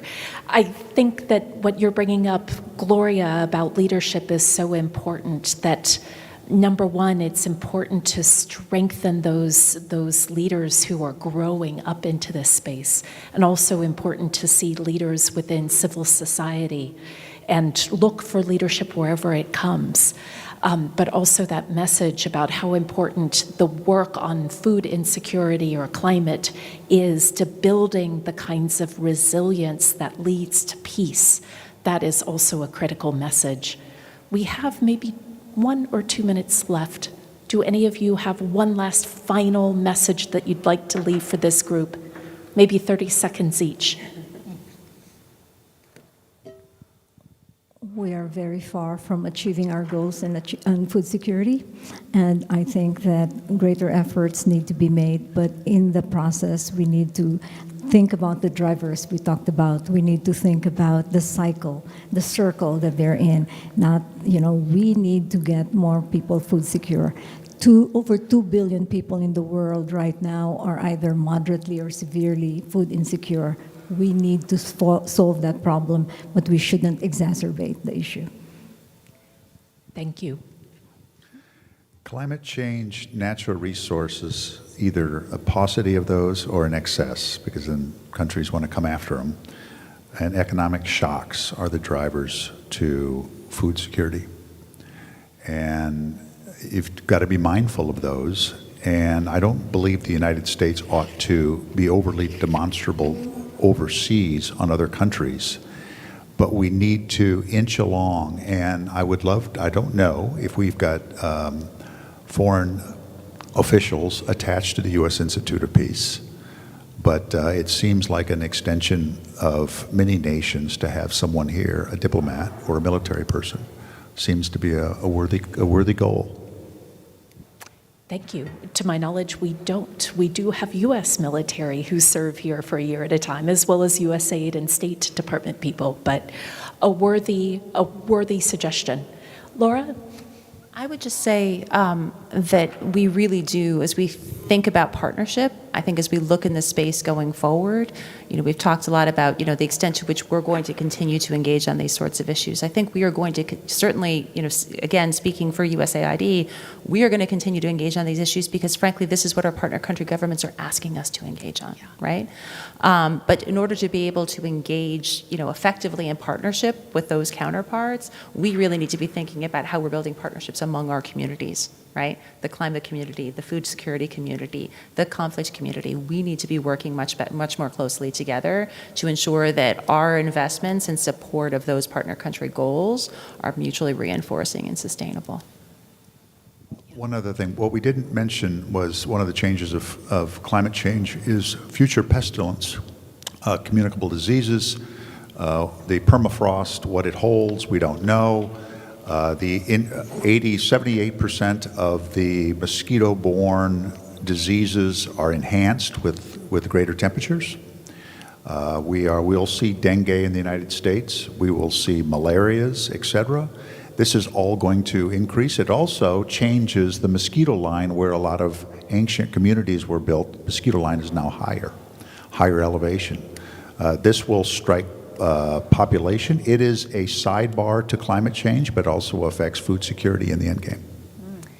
So critical. A reminder that these issues do not happen by themselves, but are really tied into public health issues, health security, and a whole variety of other issues. But Laura, you mentioned how we all need to figure out how to work together better in support of the countries with which we partner and the leaders and communities with which we partner. And I think that that's just such an important message that in the end, our goal is to support their vision of peace, their vision of security, food security, water security, health security, community security, and thinking about how best we can do that, both partnering within our own communities, but also reaching out to those communities is so critical to building peace. Thank you all so much, really appreciate it. And I think we'll conclude here.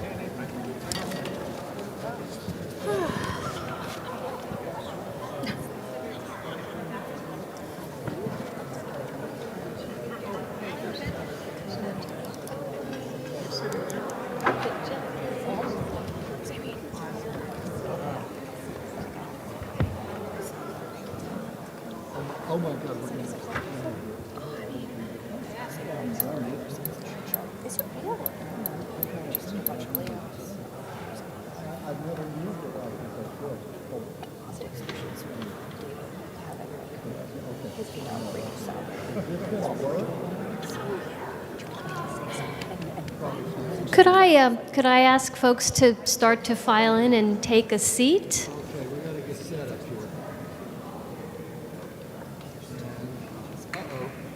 I think we want to get started with our second panel.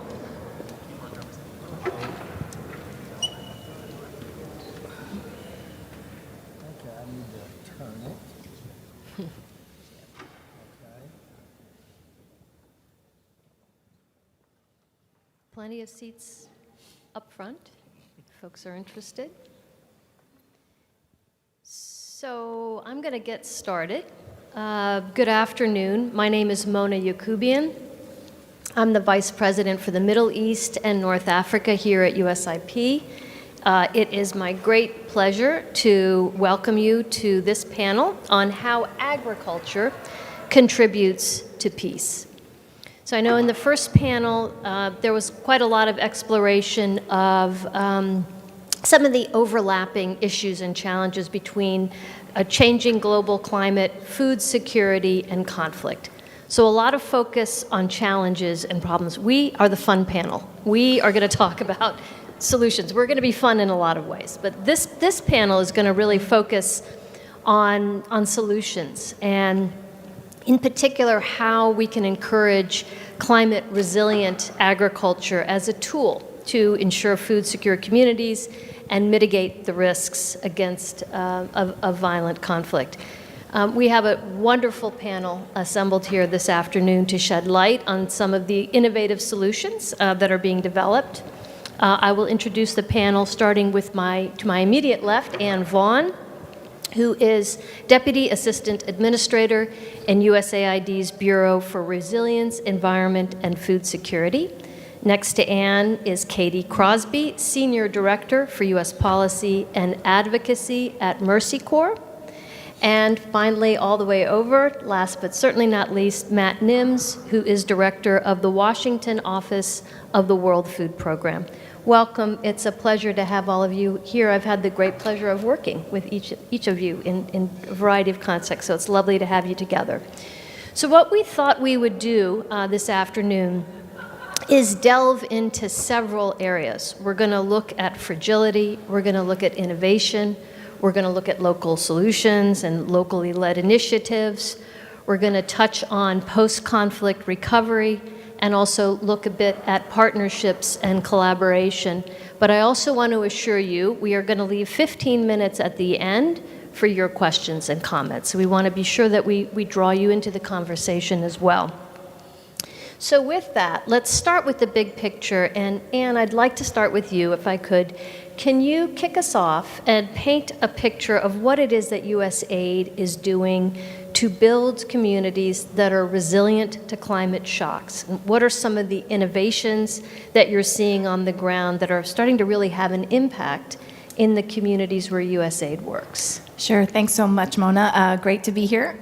Great to be on this fun panel. So we'll keep it positive. I won't dive into all of the more challenging climate risks and threats that the communities are facing that I think other panels were covering. But I want us to get excited about policy. So USAID really moves the needle when we put policies and strategies on the table, and then we're responsible as an agency or as a government to sort of meet those strategies and targets. And we have a really ambitious climate strategy that looks at kind of immediate. We have a strategic. I'm getting nerdy right now, but I promise it'll get to the fun stuff. It's sort of the strategic objective of what we need to do right now to deal with the climate impacts that are impacting communities, women, children, families all around the world. And then we realized when we were drafting the strategy, we need systems level change to be able to address these big impacts, these longer droughts. Excuse me. Longer droughts, more extreme weather that communities are facing. And we know one of the one of the systems that we need to really look at is in food systems. So we've focused on how do we help sort of support communities in those systems. That's with our climate strategy. And then we did our global food security strategy, which is mandated by Congress through the Global Food Security Act. Did a really good job at addressing and telling us, hey guys, you need to look at cross-cutting results that look at both conflict, we'll get to that later, but also in climate. How do we adapt? Because, oh my gosh, the impacts that farmers are facing right now, especially in sub-Saharan Africa and Asia and some of the countries that we work in, they are most impacted by climate change. But if you look at something called the ND Gain Index, their countries have the least capacity to be able to deal with those threats. So I'll dive into some of the solutions. So we have these big strategies that steer us in the right direction. Some of the investments that we've made, we are one of the core partners and investors in the CGIAR. This is a food security audience, so I don't think I need to tell you about the CGIAR. But there's been research done that says through investments in this global agricultural research platform, basically get a 1 in 10 return on investments for all of those innovations that we have to make sure seeds are better. Cows are able, like right now they're looking at how do we breed cows more resistant to heat. Because so you don't have your livestock and all the billion people that depend on pastoralism around the world able to survive in much more warmer and extreme climates. And then we're very proud of our Feed the Future Innovation Labs. So these are 20 labs around the United States that are U.S. universities and partners with other U.S. universities and partners overseas who help address problems on the ground and increasingly are looking at what are those innovations, what are those challenges that climate is causing, because that's what the problem sets that are coming to our innovation labs from communities around the world and our missions around the world. And I'll give one example that I think we'll probably talk about water scarcity a little bit later, I would imagine, but we just launched a Feed the Future Innovation Lab at University of Nebraska that looks at irrigation and small-scale mechanization. Because if you've been in sub-Saharan Africa, I think it's about 90 to 95% of farmers there are dependent on rain-fed agriculture. If the rains are changing and you don't know when to plant, you are out of luck, and your family's going to be hungry all year long. So we're working on irrigation, and also if you've ever worked in the dry quarter in Central America, that is very challenging. Our innovation lab is working in Honduras and Guatemala right now with Catholic Relief Services and examining how do we get women to use irrigation more, what are those technologies that are needed to really make sure that we're able to help communities adapt to address some of these challenges. So with that sort of strategic vantage point, that level of strategy, Katie, I want to turn to you now and talk a little bit about how Mercy Corps views this. And there was an interesting quote that was shared with me that at Mercy Corps, the food security approach strategy really asserts that food security is a development outcome, not a sector. And so can you talk a little bit more about what that means? What does a multi-sector approach to food security look like? Yeah, well, thank you, Mona, and everybody else on the panel. And I think that in terms of turning the page a bit on this panel from the problems to the solutions, I think that Anne has already set up kind of a lot of the different pieces of multi-sectoral approach that we have, both in terms of the food insecurity and then how we seek to create that food security.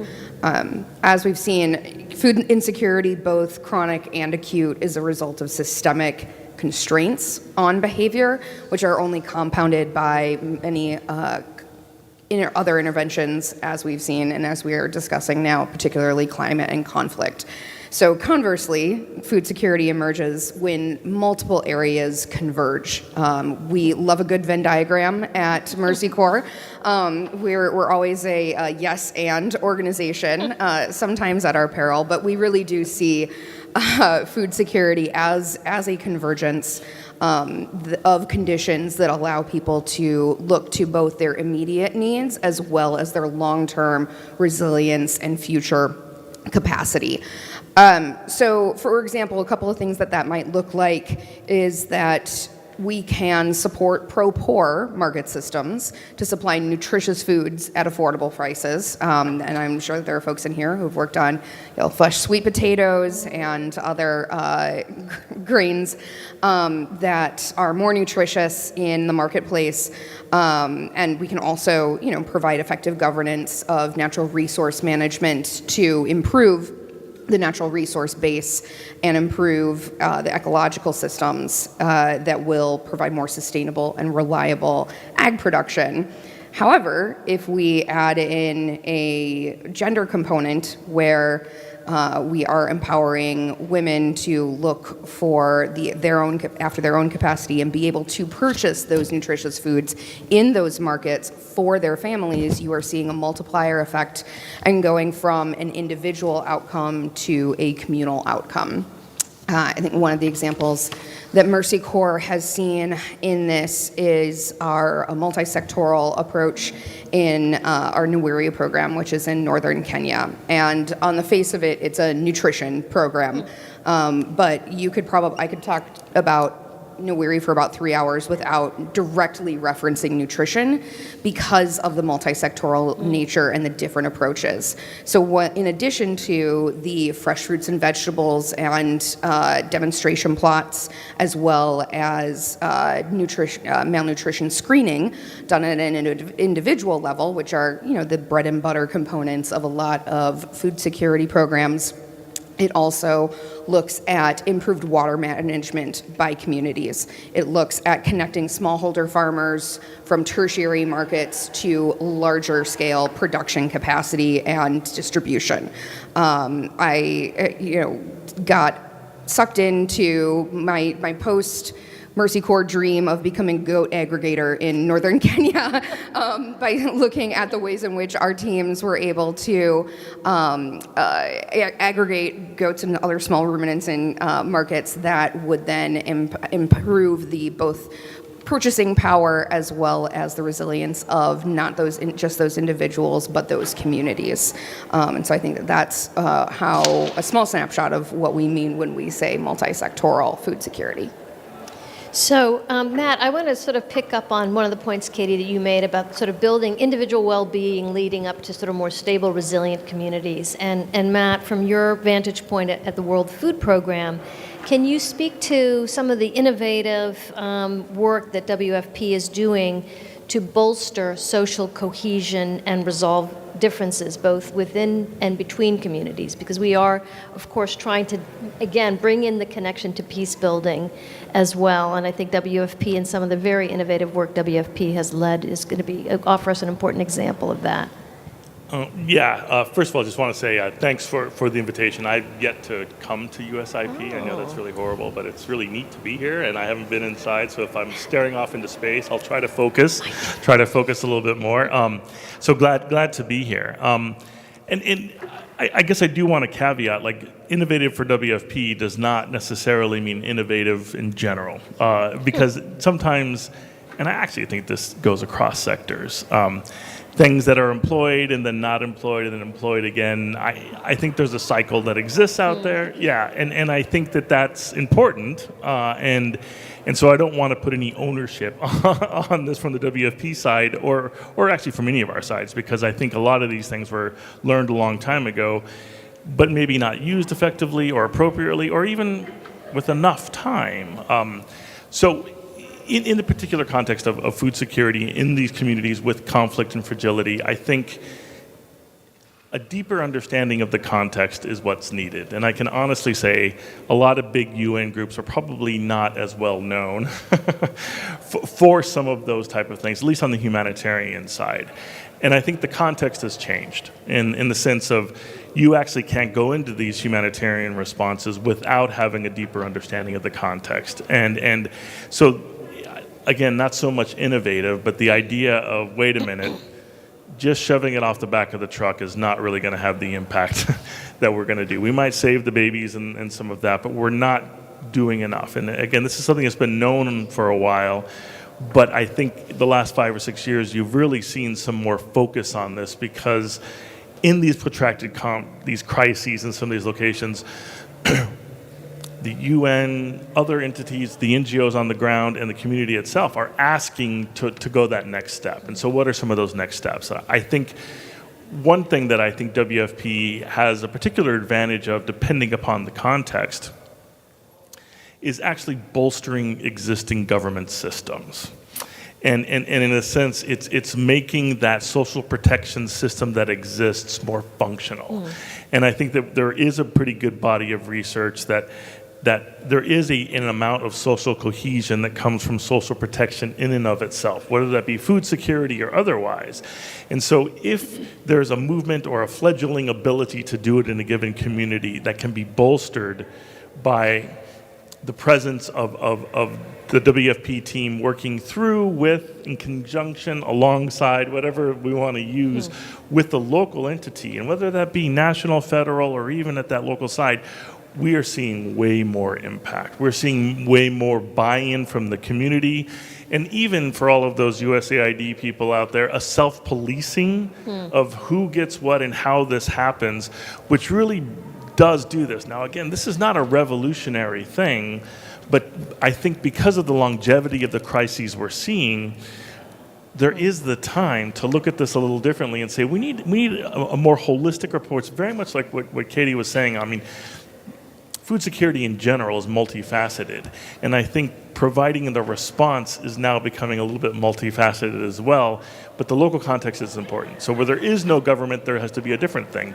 going more directly to those established community leaders in that type of situation to, again, build that social protection angle, which leads to a better social protection, a better social cohesion.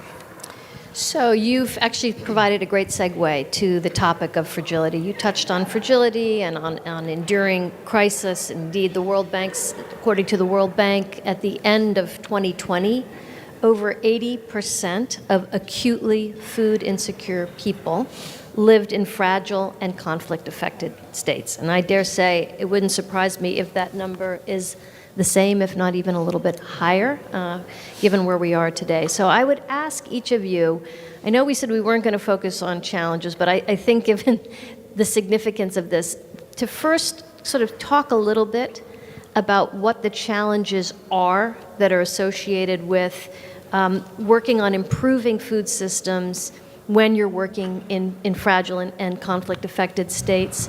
But then after that, also talk a little bit about what kinds of progress we're seeing. And actually, I think the theme of innovation is going to strings through this entire conversation.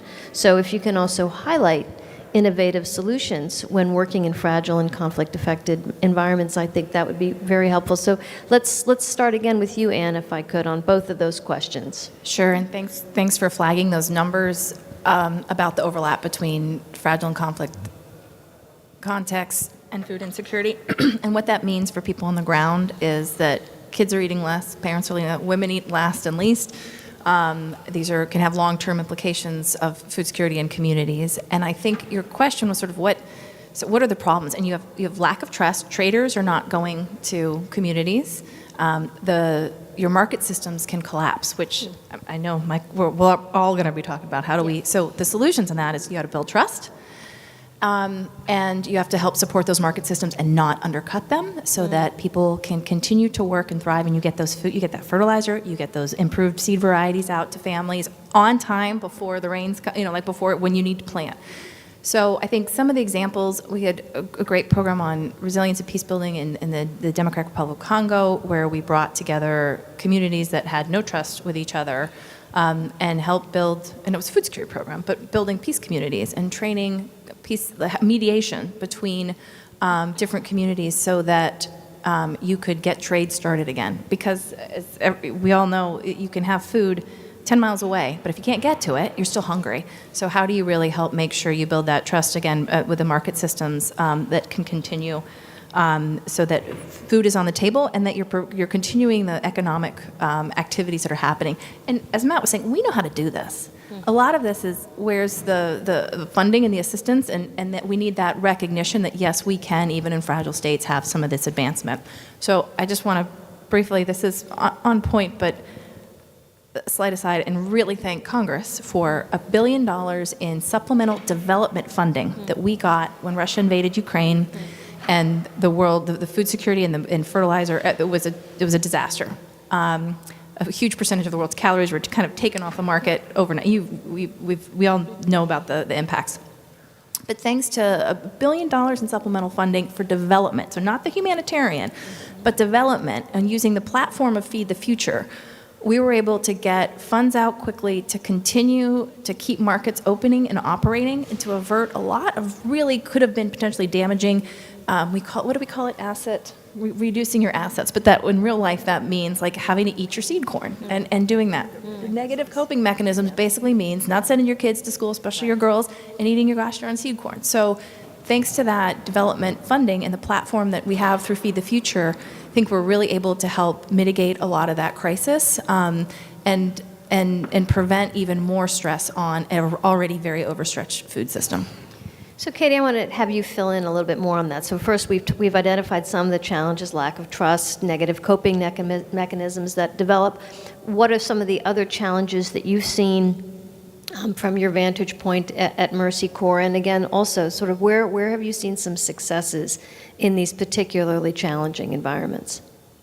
Yeah, absolutely. And I think that one of the biggest challenges when we're looking at fragility is that fragility, unfortunately, does not respect borders. A lot of the times you see fragility as a contagion, whether the way in which it can spread to other communities, other countries, cross-border, cross-line, which can move in a lot of different ways, unfortunately, especially when you are looking at economic trade routes, at ag capacity building, and the ways in which food and products move across borders. I think one of the examples of that is even in our own hemisphere. Mercy Corps has worked for years in Haiti in a variety of capacities, including with smallholder farmers. And mango is the second largest export crop from Haiti after coffee, and is a huge source of income for small producers in the country. About 95% of mango exports go to the United States from Haiti. However, since November of 2022, I believe, the U.S. has suspended mango exports from Haiti because of the persistent insecurity in Haiti.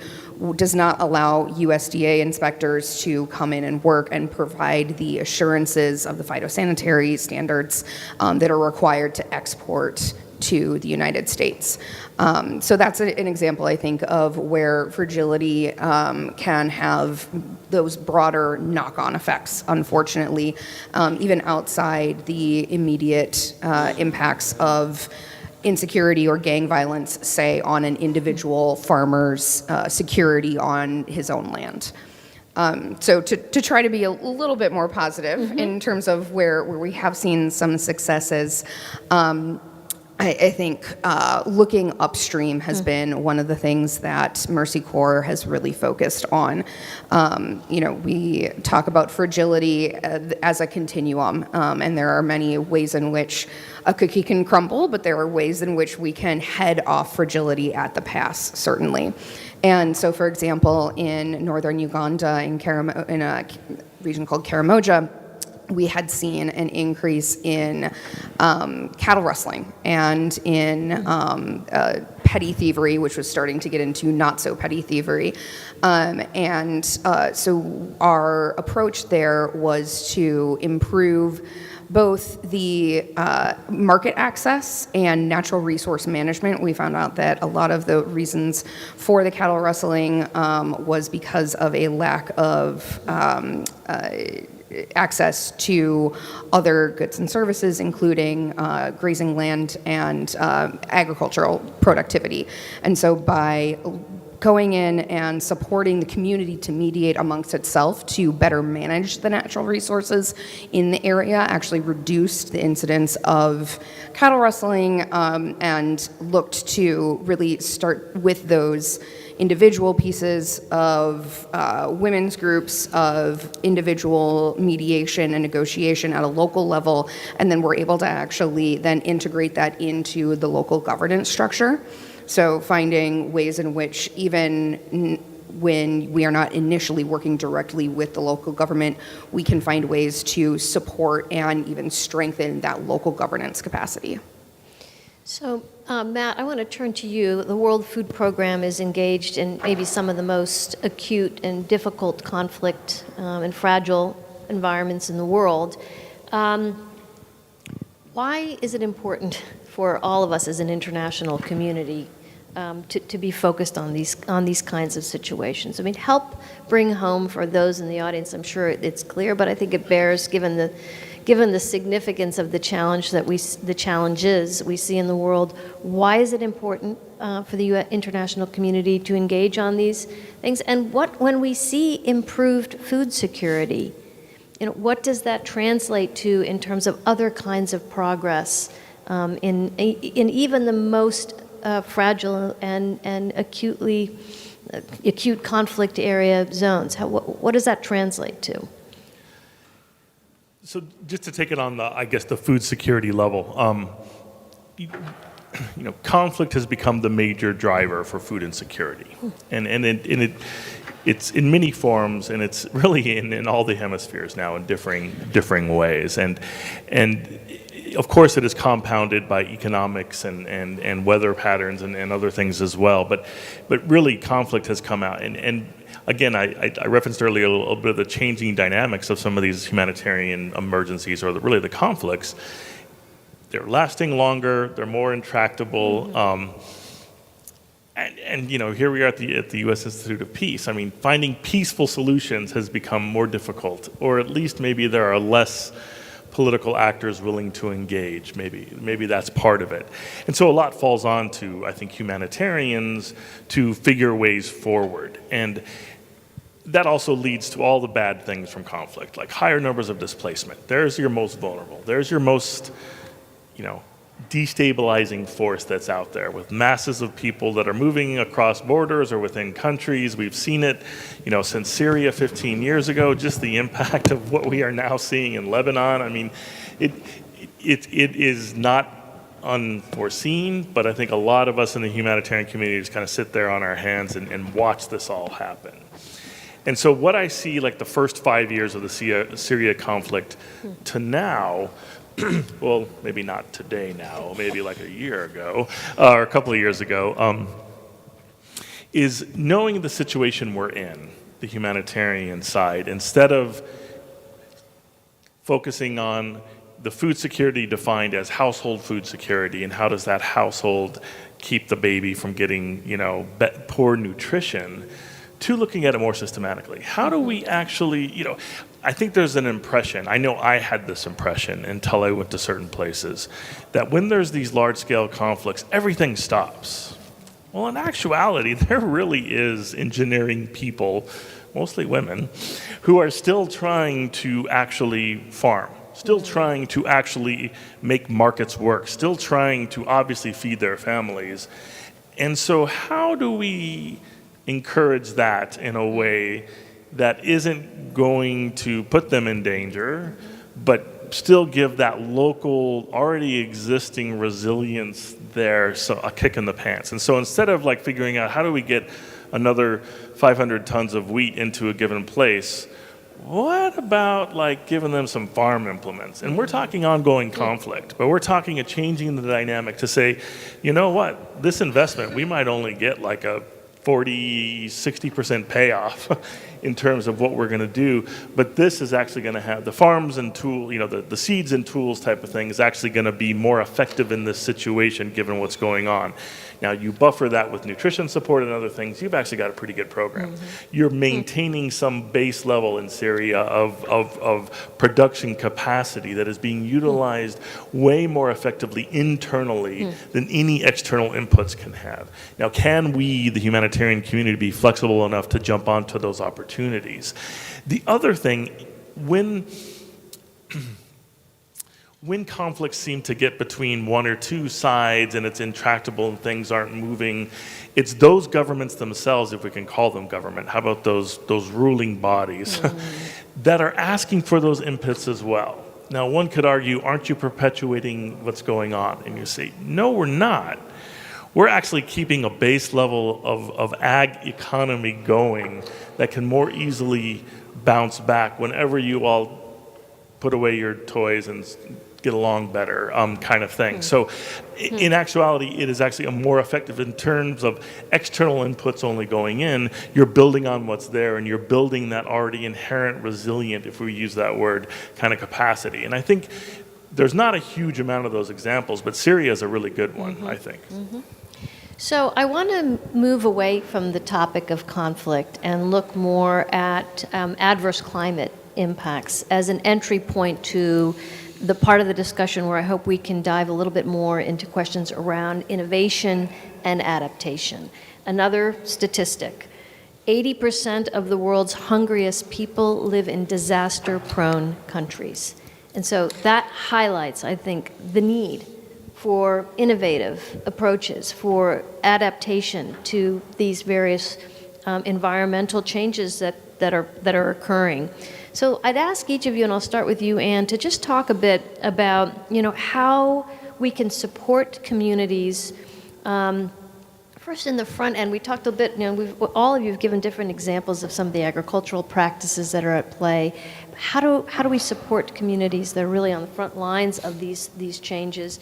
And what are some of the innovations that have proven successful in terms of, and again, I know this has been touched on, but altering the ways in which communities are able to continue or produce even stronger yields despite these conditions?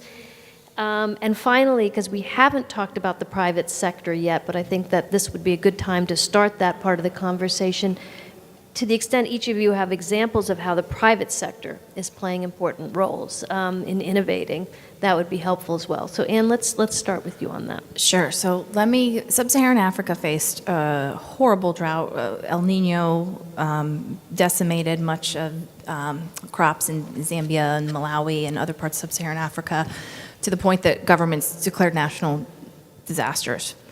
I was there in February in Zambia, and if you were on a farm that we were working with they were diversified, you can't just grow maize, you diversify crops, you had the right type of varietal of seed, and I'd note in a good chunk of countries in Sub-Saharan Africa, varieties are 30 years old. So they have not been updated, so they are not drought tolerant, they're not they're not heat tolerant. 30-year-old, when we need to be changing, with the impacts of climate change are happening now, yields are going down 30%, we're projected in the next couple of decades, we've got to have the right varieties. So if farmers had the right varieties, the right practices, and this is not rocket science. Matt's point earlier, where it's like, these are all, the new becomes old and old becomes new again.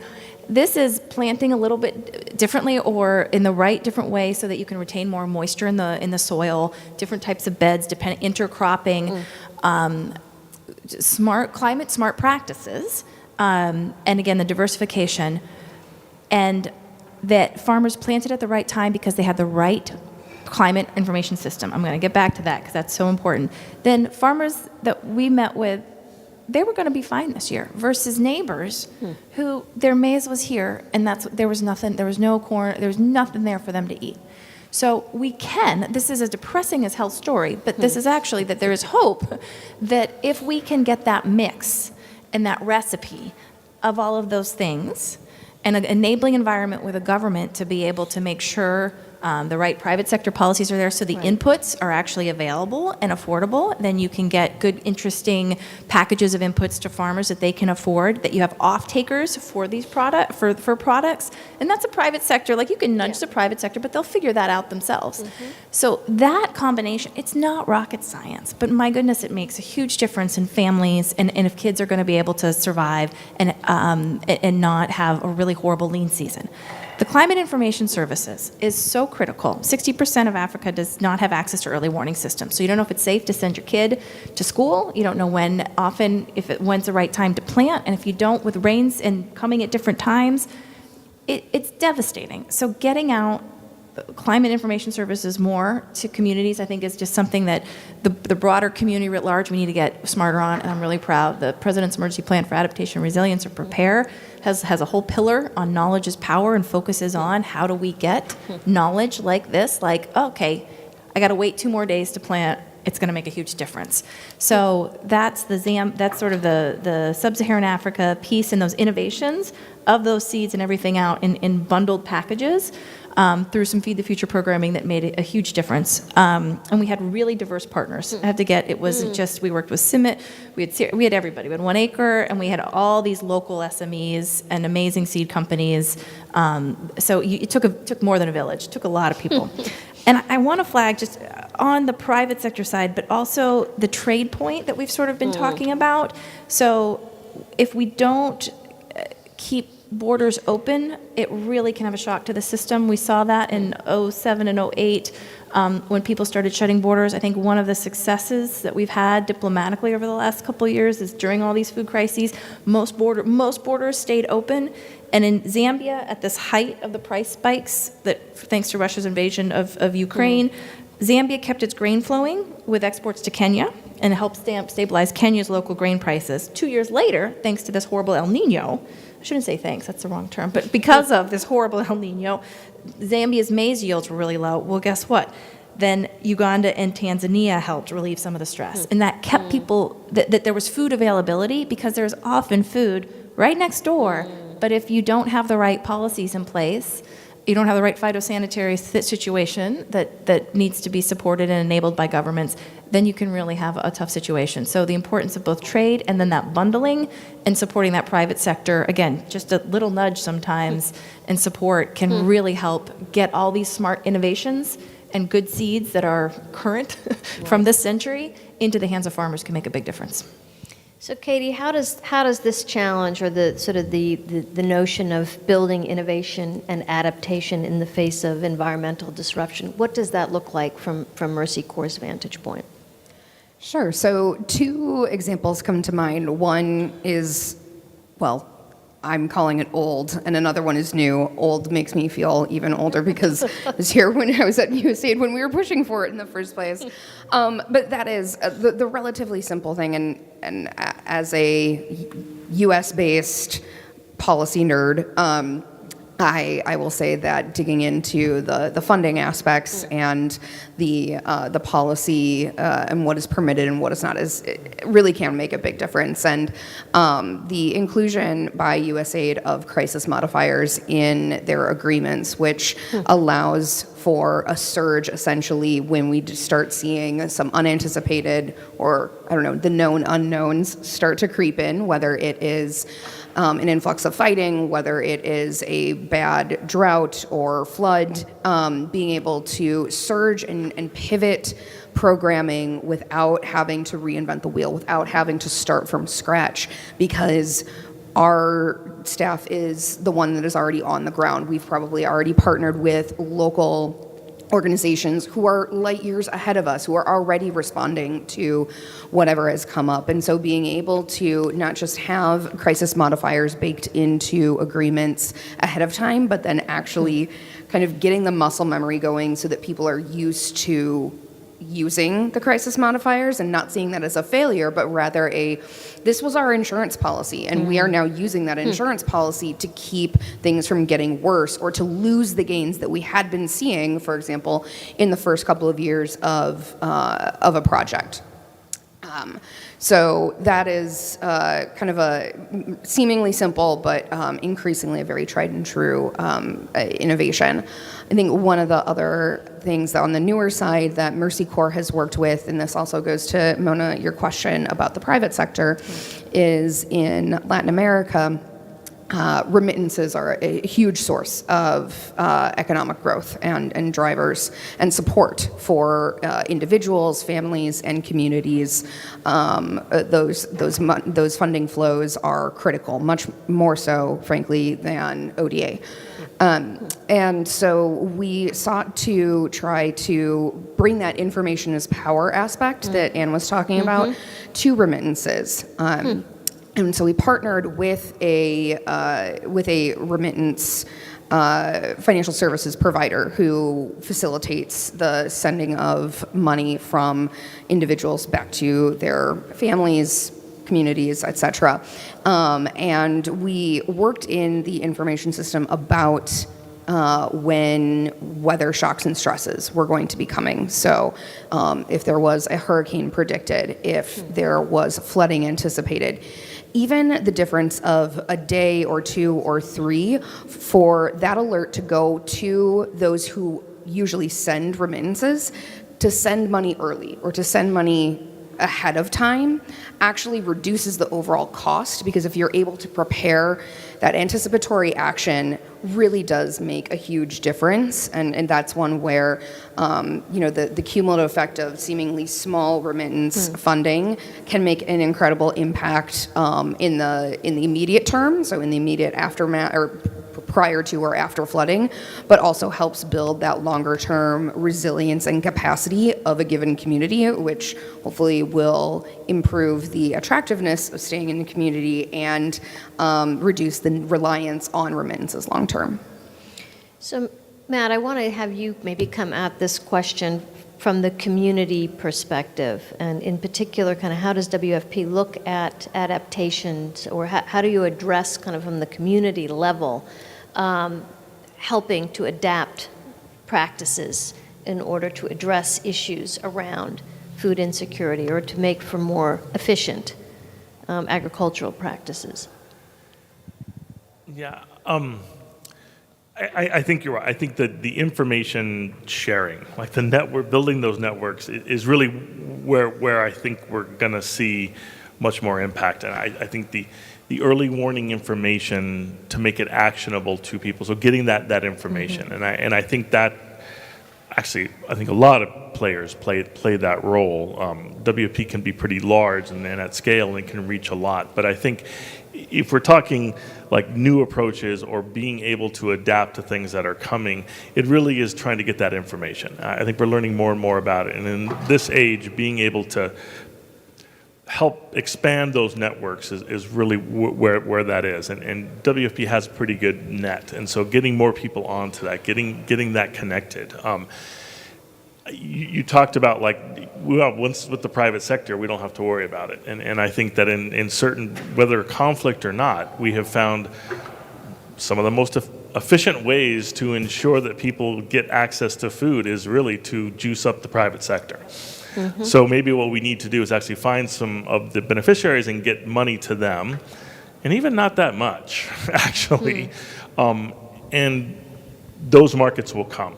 And so I think that there's a little less control of that, but way higher impact and way more efficient. And so, pairing those at times, at the appropriate times to have that impact as when needed, at least in terms of reaching people. And on the ag side, WFP has funded by a few big donors the idea of this innovation lab. And a lot of which goes through there are like big guys coming in and saying, we have a new algorithm, to revolutionize your food delivery. And like, okay, that's great. And one of the simplest ones was like, yeah, we got a translation app that allows you to talk in the local languages to get information out. It was like, holy crap, that one just really had impact. Like on some of the, West African dialects, that one had way more impact and was able to boom, we put that in action and we were able to reach way more people with relevant information. So I'm mindful of the time, and I want to make sure that, as promised, we bring the audience in with their questions. But I want to do, I don't know if this is fitting to call it lightning round, because it's a big question.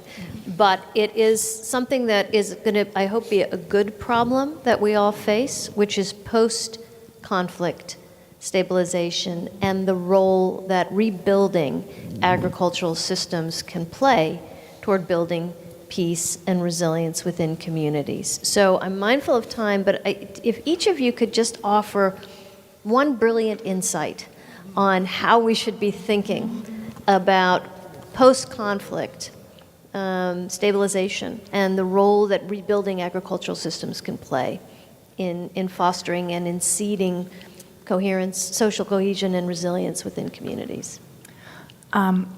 I'll try to be really quick. It's a great question, and you can Google RISE 1 evaluation on USAID. Stands for Resilience in the Sahel Enhanced Program, or RISE, and it worked in the Sahel and helped build and bring together communities that have been beset by conflict, by climate, by horrible droughts, and you name it. But through investments, I think we were able to prove and had some really good analysis of how we help break some of that cycle of crisis and conflict, and helped reach almost 2 million of the region's most vulnerable populations, increase their economic and well-being, and strengthen institution and governance, which you have to do, and improved health and nutrition. So this is in Burkina and Niger. We're really able to help, in areas where we worked, people become more food secure and more confident in their ability to recover from shocks. There's a really good evaluation on how the percentage increase in sort of resilience indicators. So that's all DC or sort of talk for. People felt safer and better able to feed themselves and their families, thanks to proven interventions, all we've talked about here, both in conflict and then afterwards. I would say, though, one of the best things in post-conflict is don't let the markets, don't let the farmers, don't give up on them even during conflict, because you just starting from scratch again is very difficult. So don't fail the farmer, continue to support them and the input providers throughout as much as possible. Well noted. Katie? Absolutely second that, and certainly building on Matt's point of market-based solutions.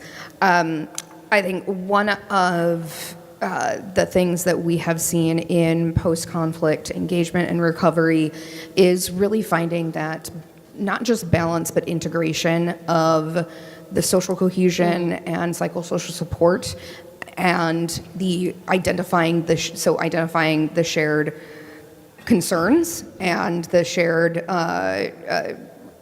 fractures within the community, as well as the shared needs of the community. All too often, we can focus just on bringing people together and singing Kumbaya, and ultimately, many times we can say, like, let's just, put together a really great farming scheme and everybody's going to win and nobody's going to care about everything that happened in the community previously, because we're all going to be making money hand over fist. That is a drastic oversimplification on both sides, but integrating those, we have found in a thoughtful way really does provide that win-win that we're looking for. So for example, one of the ways that we have approached this is in Iraq, actually with returnees. So whether they are people who have been captured by ISIS and have been held, or have in some way been engaged, caught up with, separated from their communities, and have now returned in a, maybe post-conflict is too strong of a word for that, but in a post-conflict area, making sure that we are having those intra and intercommunal conversations alongside looking for ways to improve olive oil production. And so having both the shared goals of reintegration and having a, if you want to say a rising tide lifts all boats or everybody wins, while at the same time not minimizing the very real trauma that underlies so much of the violence that has gone on, and ensuring that we are not burying those with economic support, but rather having economic support balanced with that social cohesion work that really can and should be integrated into each other. So I want to just build on exactly that point and throw it to you, Matt, to look at and think about this same question, and also sort of how do we ensure that food aid and agricultural investments in a post-conflict environment doesn't actually inadvertently fuel conflict, perhaps by being unaware of some of the very specific points that Katie brought up. That's what is actually kind of going through my head. I think the general conflict assistance or food assistance or humanitarian assistance can actually go on too long sometimes. And that in and of itself can actually, impact market or other development. I mean, really actually across the board. And so I think being more cognizant of, there's no switch that just says conflict's over and let's all flood in. But I think we, on the humanitarian side, whether it's lackadaisical laziness or just like, this is where it works, let's just keep going, or also the fear to do other things, or a combination of all of those probably. It's too easy to fall back on let's just do the needful instead of beyond the needful to change the situation. So I think that's one of the biggest, is just continuing the system as opposed to knowing when to bring in those other outputs to look at it holistically, like what you were saying. That does not mean putting things under the carpet and not dealing with them, but there needs to be a more quick, and actually have seen more pivots, I think, earlier on in conflicts to do that. Even in Sudan right now, which is really horrible, there are people talking about, no, we need to get in there. We need to get those farmers, or it's going to be even worse than we think. So, and those are discussions or even ideas that didn't happen, 5 or 6 years ago. So I do feel that there is some recognition of that. Very helpful. So I want to give the audience a chance to engage in the discussion and raise any questions or comments you might have. You can just raise your hand and we will get a mic to you and you can identify yourself and ask your question. Questions, comments, insights? Yes, right here, please. Okay. Well, thank you all for an amazing day. I'm Peg Willingham, currently with Save the Children. Nice to see you all, but used to work for the CGIAR, and most people probably know the acronym, but anyway, Agricultural Research Network. And I just wanted to talk about security, though. China, I think, is investing some multiple of what the U.S. is in agricultural research, and I wonder if you all have any comments about what the U.S. should be doing to catch up. Thank you. How do you catch up to China quickly across the row here? I might go. I can speak to AIDS, our budget versus the domestic USDA and other side of it. But we're very and nice to see you. We're very proud of some of the commitments we made to the CG. We actually made a $315 million commitment that we met early at this previous COP. Over 5 years, because we know the value. It's that 1 in 10, like the return on investment. How do we get these innovations out to farmers, and having a really amazing centers working very deeply with countries on the problems that they're facing, especially around climate. So on the international side, I think we have stepped up to meet the moment. And are excited, even through this AIM for Climate, Agriculture Innovation Mission for Climate effort that's underway, that there's been new donors that have come in last year. The UAE and Gates both made matching $100 million contributions to the CG. And so, because we need to crowd in more, it is a global treasure and a global investments that we need to keep up with the very too rapidly changing time. Any other comments, Katie, Matt? Just quickly, I think actually the U.S. is well geared to do this, and it's not a government initiative. I mean, it's our mighty farm economy, to be honest. And I think to WFP, since that's where I'm sitting now, I think the goal is going to be to take those continuing, huge advances. We talked about some of them, seeds and drought control, and getting them to the people who need them. And I think that's going to be another thing that WFP is not going to be the one to come up with new seeds, let's be honest. But we could probably get them to people who could use them pretty good. Like, we're pretty good at that. We partner with FAO, we partner with NGOs, we can do that. And I think ensuring that works well is a way, and again, I don't think we should say we're going to combat China, but we should be able to hold our own pretty well. There was a question right here. Yes, here's a mic right behind you. Hi, my name is Allison Brown. I'm a horticulture marketing specialist. I'd like to paraphrase Jane Austen.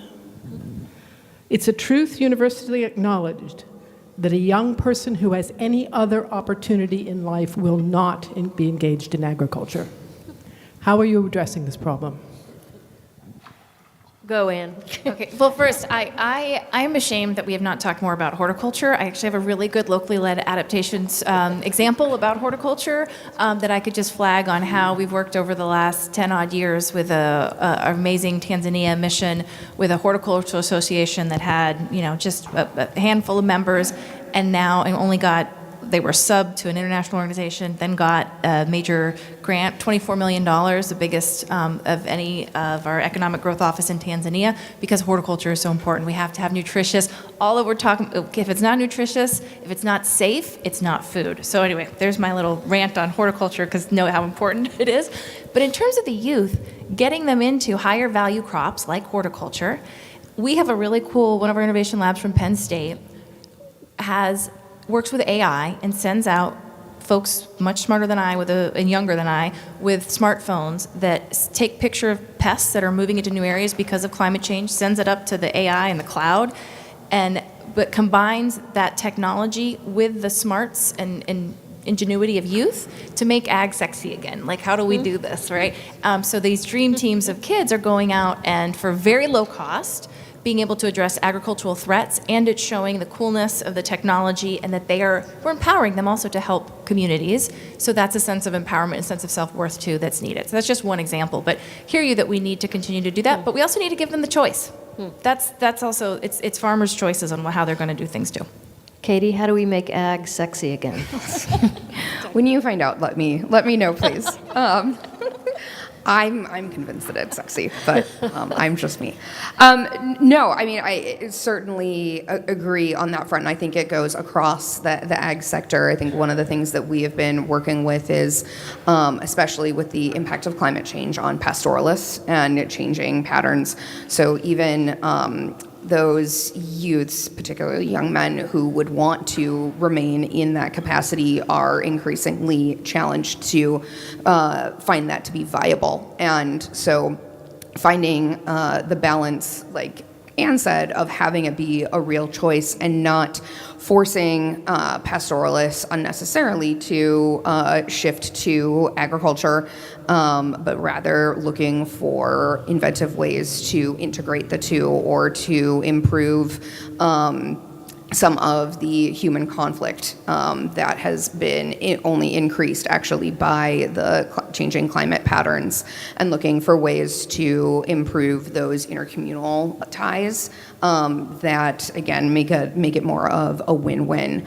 I would also point to, similar to something that Anne said, that we have done a lot of in Ethiopia and Somalia, is kind of making it a both and or an additive situation where you are still able to maximize the productivity of your smallholder farmer land, but also either adding a stage of production, and so having even just that next step of whether it's storage, whether it is seeds or others, being able to have that added value that increases the viability of that, essentially small business long term, and makes it more appealing to young people in particular who are able to then have that diversification while still maintaining what we need and what their communities need, which is that agriculture capacity. Matt, did you want to jump in on this? Okay. Other questions, comments? Yes, in the back. Here comes a mic right just behind you. Thank you. Nicola Dyer, formerly of the World Bank. I used to manage the Global Agriculture and Food Security Program. Thank you very much for the U.S.'s support. And now I am very actively involved in aquatic foods, be it through the Global Seaweed Coalition or through the Aquatic and Blue Foods Coalition, which is one of the many coalitions which was formed after the UN Food Systems Summit. So food security obviously depends a lot on aquatic foods. And I haven't heard any mentions explicitly of aquatic foods, so now here's an opportunity to hear perhaps what some of your organizations are doing. So whether it's ocean-sourced food, or whether it's lakes, rivers, etc., and of course, seaweed, and the many ways that seaweed can contribute to food security, whether it's by food feed or biostimulants, improving fertilizers. So would love to hear from you. Thank you. Who wants to jump in on that? I can do a short one, but I'm looking. First, we've got some great Feed the Future programming on resilience on coastal areas. In Madagascar, and if I'm getting this right, yes, I'm forgetting the acronym, but it's dealing with resilient communities and also helps make sure that sustainably catching is very important, but then also the food loss and waste is a horrible. We lose a third of all food around the world, either wasted or lost, depending on where along the supply chain. And fish have such good protein. There's such good protein. There's when we have a Feed the Future Innovation Lab for fisheries out of Mississippi that does amazing things. It's worked to make sure that you can take dry fish and then get that and crumble it and put it into food and kids. The nutritional gains for children is amazing. So doing more of that, but getting, and how this gets that value added that Katie was talking about, is making sure that we're investing in the whole supply chain, so we're not wasting fish or other meats and dairies and obviously vegetables. But that's, I think, is really key. So we've looked closely at a lot of that, have some good programming in Ghana and Senegal. We've also done some fishery work through Feed the Future because it is such an incredibly important food source gosh, what is it, billion? Nicole, you know this better than I. The stats are very impressive on how much we should be focusing on it and keeping it sustainable too for future use. Thanks. And I'll just say real quickly, I'm going to toot another organization's horn, not my own, but one of the other things that we've certainly seen is looking to retain the importance of aquaculture in communities that is their locally preferred source of protein, that is the culturally appropriate source of food. And so, for example, in Cambodia, CARE is actually working with some local producers to develop essentially a fish cake in replacement of, we've all seen the incredible value of RUTF around the world, which has been largely focused on inputs such as peanuts and other grains. That is not the preferred source in that part of the world, in Cambodia. And so being able to look for, like the way that Anne was talking about, reducing food waste, making sure that we are being responsive to the local community's needs and preferences and opportunities, and being able to see the creativity and the innovation of what is, we've all seen as such a truly life-saving intervention for those who are malnourished and suffering from stunting and wasting, but doing it in a way that is both culturally appropriate and more sustainable in some ways. Matt, did you want to jump in on this? Yeah, to be honest, I actually think it's a little overlooked in a lot of these activities that are going on. I mean, I remember groundbreaking stuff in Bangladesh with, both coastal and inland that had way more impact on, the household nutrition with a functioning fish pond, but then combined with that. So I think at that level we still see it, but I also do think that there's a lot of commercial entities that still kind of play there, whether negative or not, and I think that's probably part of it. When you're looking at the big ocean stuff, it seems to be more like a resource that, that WFP gets attacked if they think we're a fishing trawler, with our ships going across. It's like, we're just doing food. So I mean, I know that still happens, but I do think that there's probably not enough attention, and I don't think, to be honest, WFP plays enough there. Well, with that, I want to thank the three of you for what has been a very rich discussion. We've covered a lot of ground. There was more to cover, but maybe that's for another time. Please join me in thanking our three excellent panelists.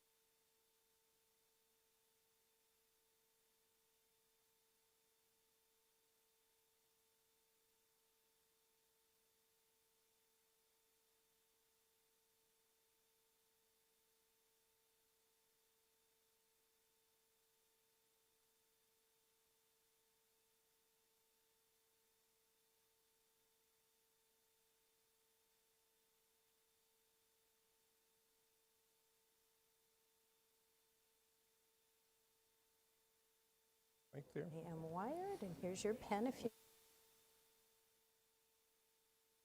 And see you better. do you need this? Yeah, We'll okay. just kind of, oops.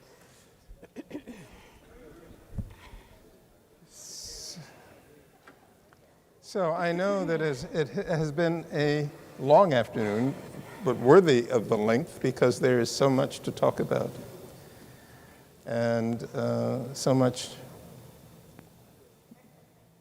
to digest from the rich conversations that we've had.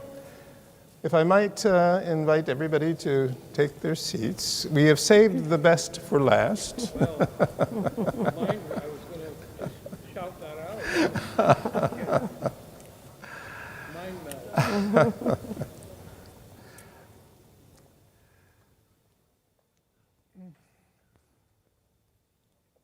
So once again, I'm delighted to be sharing the stage Thank you so much, Ambassador. with Heidi Kuhn, the 2023 laureate of the World Food Prize and the founder of the nonprofit humanitarian organization Roots of Peace. And I was honored, Heidi, and delighted to have been in the rotunda of the magnificent Iowa State Capitol on the 26th of October last year, when the award was given by former governor and former ambassador to China, Terry Branstad. Yes. An event that was presided over by the current governor Yes. of Iowa, and in the presence of numerous former World Food Prize laureates. It was a magnificent event, one that I will long remember. Heidi, we want to hear you talk more about Roots of Peace, its work around the world, the impact it's had on the land, but also on the lives of the people who work that land. But first, I'd like to acknowledge the presence in the audience of some other guests. I think some of them have been mentioned before. The Roots of Peace CEO, Tucker Kuhn. The Reverend David Beckman. Is David still with us? Maybe not, but David is the President Emeritus of Bread for the World and the 2010 recipient of the World Food Prize. Jan Hartke, is Jan still with us? Yes, a longtime member of the board of directors of Roots of Peace and also a staunch supporter of the U.S. Institute of Peace. I should note that his father, Vance Hartke, was instrumental in the establishment of this institution way back in 1984.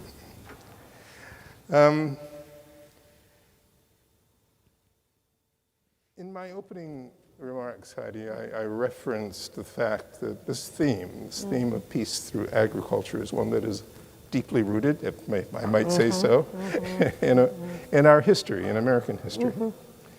And I know that it's also a central pillar of your family history. And I wondered if you would just take a minute and share a little bit of that with us, and then perhaps connect it to what inspired you to create Roots of Peace. Well, Ambassador, I must say it's such an honor to be here with you and in the presence of multiple ambassadors, not only our dear Ambassador Kenneth Quinn, but who's just arrived, the Ambassador of Azerbaijan, Kazir Ibrahim, welcome, and the gentleman who was the wind beneath my wings has just left, and that was Ambassador Donald Steinberg. So I always begin with my grandmother McNear's statement, if I've seen further than others, it's only because I've stood on the shoulders of giants, and those giants are here in this room. My grandmother also had a beautiful saying that coincidence is a miracle in which God prefers to remain anonymous. And there are no accidents. And to me, to be here in the heartland of my country at this particular time in human history, and to hear your words that our first president of the United States, George Washington, envisioned this terra firma upon where we sit to be an epicenter of peace. I just, peace through agriculture, I think is that ground zero right now from where we need to come as Americans. And having just celebrated the beautiful Thanksgiving with my husband, 4 children, and 7 grandchildren, and 28 people, 2 turkeys a couple days ago, we reflected upon our American history, and we've all come from someplace to this beautiful country. And my roots began, I was just up there actually, in Wiscasset, Maine. John McNear was born in Old Kilpatrick in Dunbarton, Scotland in 1701. And as a young man, he sailed and ventured west. He settled in Wiscasset and in 1730s and helped build the eastern seaboard. He was captured twice by the Native Americans and escaped. But what they knew a thing or two was about shipping and used that experience and talent again to help build the eastern seaboard.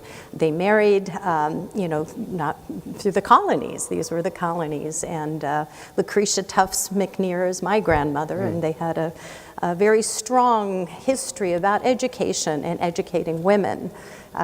It was a secret passed on throughout generations that the middle name of girls would be Lucretia. My middle name's Lucretia. My granddaughter's middle name is Lucretia. And education is so very important to us. 100 years later, in 1832, John McNear was born again in Wiscasset. But he heard also, "Go west, my son, for there was gold in the hills of California."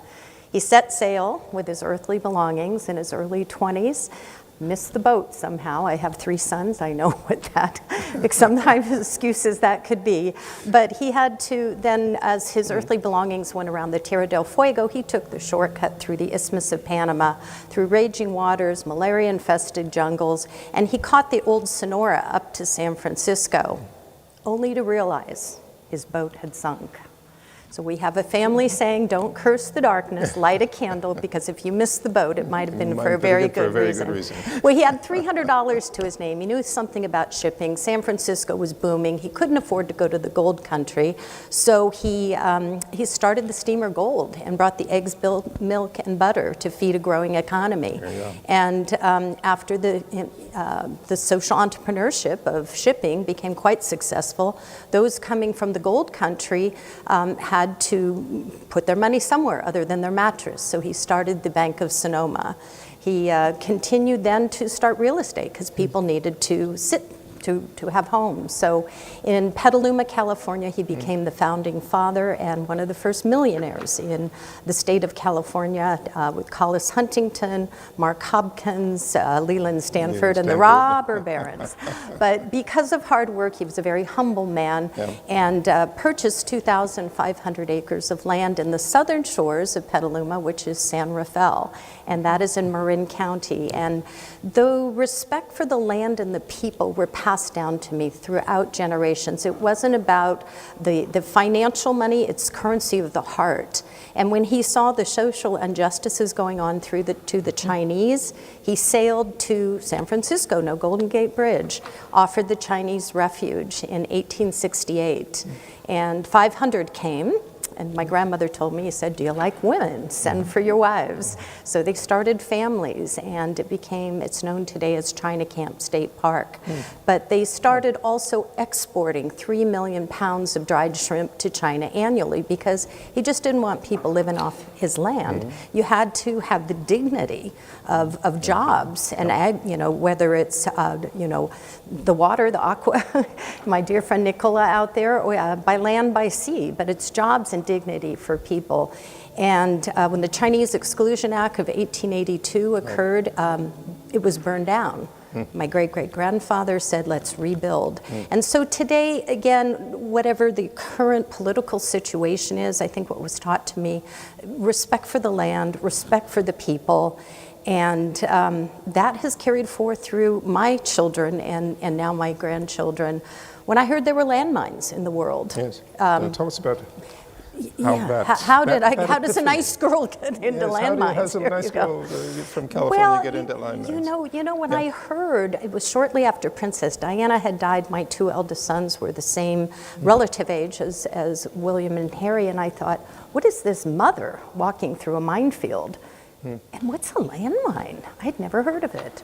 I live in Marin County. We can hike the mountains, run the beaches, kick a soccer ball out of bounds. Yeah. We don't have to care about landmines. And 3 weeks after she died, I was asked, because again, it's a tapestry of one's life. Yes. I had to quit my career, or at 30, I was diagnosed with 4-stage malignant cancer. And cancer is a landmine. Landmines are a cancer to the earth. And my prayer going under the knife was, dear God, grant me the gift of life, and I will do something special with it. And it just really was an epiphany of turning mines to vines, killing fields into vineyards, swords into plowshares. And none of us in this room know tomorrow whether you will have cancer, breast cancer, brain cancer. But to me, as a survivor of cancer and having given birth to a little boy after cervical cancer, it was a little miracle. So I just thought removal. And I set out on a quest, and if you can imagine growing up in Marin County, California, the other side of the Golden Gate Bridge, and telling your friends, you know, you're committed to taking out these landmines. And again, I think Princess Diana's legacy was not that of a princess, but as a mother who truly cared about the plight of children. So, so turning an idea into reality, I went to the Napa Valley Vintners because I thought, well, they have a harvest. They might know something about, you know, safe lands. And I went to Robert Mondavi, Mienko Grgic, Diane Disney Miller, Tora Kenward of Behringer, and Eric Wente. And they said, how much money do you have for this idea of turning mines to vines? I said, 0. I'm armed with an idea, but we can do this. And they all got together, and you know, really the rest is history. But I you know, it's those who work the land, and the Napa Valley, the Sonoma Valley didn't have to care about this issue. But they cared enough to support your They did, and it was Robert Mondavi, ambassador, who had the first, you know, because he said, well, nobody believed I could make the best wines in the world. It was France. And with Mienko Grgic, and I raised my first $30,000, and he has since left the room, but Ambassador Donald Steinberg, at that time, the U.S. Department of State, had just created what was called the Department of PMWRA, Political Military Affairs, Weapons Removal and Abatement. Right. And he flew out, probably wondered what this lady was doing, turning mines to vines. And when he saw the event and the sincerity of the vintners, in that room in Robert Mondavi Winery in May 1999, he stood up and matched the $30,000 that we raised that night. And then once again, it was matched by the International Trust Fund. And I began the first month of the new millennium in a minefield with the State Department leading my way. And Ambassador, if you've ever walked through a minefield, anything I had studied or thought or seen on television, nothing prepares you for the fact that people cannot trust the land in which they walk. We'll come back to that experience, particularly of Angola, where, of course, Don Steinberg was part of his passion for this issue. Correct. Came out of his experiences serving as our ambassador in Angola, and I'll come back to that in a minute. But first, I wanted to sort of go back to where you started. So in 2012, my wife and I had the pleasure of traveling to Croatia. Yes. And as we traveled along the roads and the waterways from Dubrovnik to Korčula up to Split, and then eventually, of course, to the capital, looking around, you would never have an idea that that land had been scarred by bomb craters, and it was still marred by thousands and thousands of unexploded mines. One of the stops we made along the way was at the Grgic Winery on the Pilsvigne, outside of Dubrovnik. Outside of Dubrovnik. Yes. Memorable, in which, of course, was your friend, Mienko. Mike Grgic's contribution to helping rebuild his war-torn native land. How did you come to begin your work with Roots of Peace in Croatia? And it was the Robert Mondavi event where I met this short little Croatian, if you ever knew Mike Grgic with his beret. I've seen his pictures, and yes. he snuck a little bottle of wine, a bit of, again, American history, I can't help. 1976, there was what was called the Paris tasting, and the best French noses were, celebrating the 200th birthday of America, and he snuck a little bottle in a blind tasting. The best noses in the world unveiled it, and lo and behold, it was Napa Valley, Chateau Montelena, and he was the vintner there. And so Mike that evening with the Mondavi event heard that there were 1.2 million landmines in his homeland, and he said, how can that be? How can that be? I had just come back from my first State Department mission in January. He said, Heidi, let's go back. And in May, Mother's Day, actually, I walked a minefield with him. It was my daughter's, I have 4 children again, 3 sons and a daughter. It was her 13th birthday. And I thought very carefully, I didn't want her growing up in a place called Marin County and to think the latest pair of blue jeans defined who a woman's worth was. And having seen what the children had suffered, I talked to my husband, and on a rite of passage for her 13th birthday, my daughter Kylie joined me in May 2000 with Mike Grgic, and we walked a minefield. And it was an experience, certainly that changed her life. She went on to raise pennies for peace, 50 million American pennies to build schools for girls in high school. But going back to Dragic, where she was there, we saw the devastation. We came back to Napa Valley. It was Mike Grgic's 25th anniversary of the Paris tasting. He dedicated it to Roots of Peace, not breast cancer, not AIDS, things we have in our backyard, but something people don't talk about, which is turning mines to vines across the world. We went back multiple times with the funding not only of the vintners, but again to the State Department, to my country, who matched every dollar through PMWRA, and again the International Trust Fund out of Slovenia. And the other vintners became to contribute. And we went to Dragic, Čestamale, Česta Velika, Bibinje, Baštica, and Vukovar. If you've ever seen Vukovar and you want to see a legacy of the perils of war on the beautiful Danube River, go there and look at the water tower. But I can say today, and I always want to be optimistic, as the last panel was, I've seen Croatia go from 1.2 million landmines to one of the top tourist destinations in the world. Indeed. So if people tell me peace isn't possible, go home, you can't take out landmines. Landmines are the seeds of hatred that hold the land hostage for future generations. And we as humans have within our power to eradicate them. And I think if we can hold up Croatia as one country where peace through agriculture is possible, where we planted the beautiful apple trees, we restored the grape industry. Mike Grgic just died a year ago this month after hosting his last fundraiser for us, and he was 100 years young. He wanted to get to his 100th birthday, but his legacy is and will always be Roots of Peace. So I am just so grateful to those in my backyard. And I hope, Ambassador, this is inspirational for others living in America today, because how can we look in the kaleidoscope of the land in which we're so blessed to be born on, and to whom much has been given, much is required. So you certainly, through your efforts and the efforts of Roots of Peace in Croatia, demonstrated the validity of your thesis. Correct. Of being able to link the removal of mines to the introduction of new crops, and therefore to regeneration of the economy and of communities within Croatia. But Croatia was only your beginning. Yes. Croatia is not an easy place to work, but your next stop was an even more challenging environment, and that was Afghanistan. Yes, and we all, Ambassador, remember the tragic September 11th attacks on the United States of America, including this city.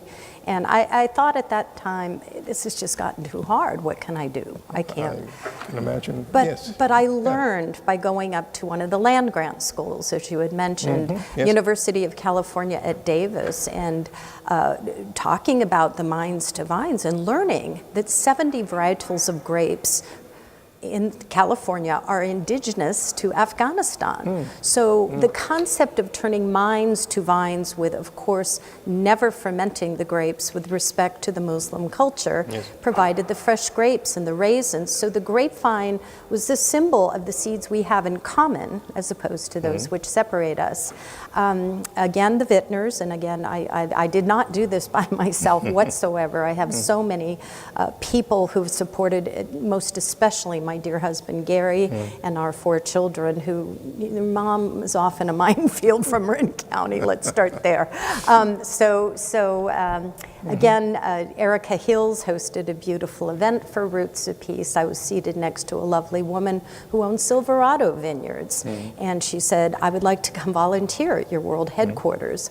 Well, that was in the basement of my home, and a lovely lady, Diane Miller, said, I'll come on a weekly basis, and she would help me file. We had something called a facsimile machine. You remember those? Beep, beep, beep. And one day she said, get a babysitter, we're gonna go to lunch. And she pulled out her checkbook and wrote a 6-figure check. And she said, somebody's gotta do this. Go turn your minds to vines. For one day you will be out of the basement. You know a thing or two about vision, so did my dad. And I looked at the check and I looked at Mrs. Miller and I said, Mrs. Miller, who was your father? And she so politely said, I'm Diane Disney Miller.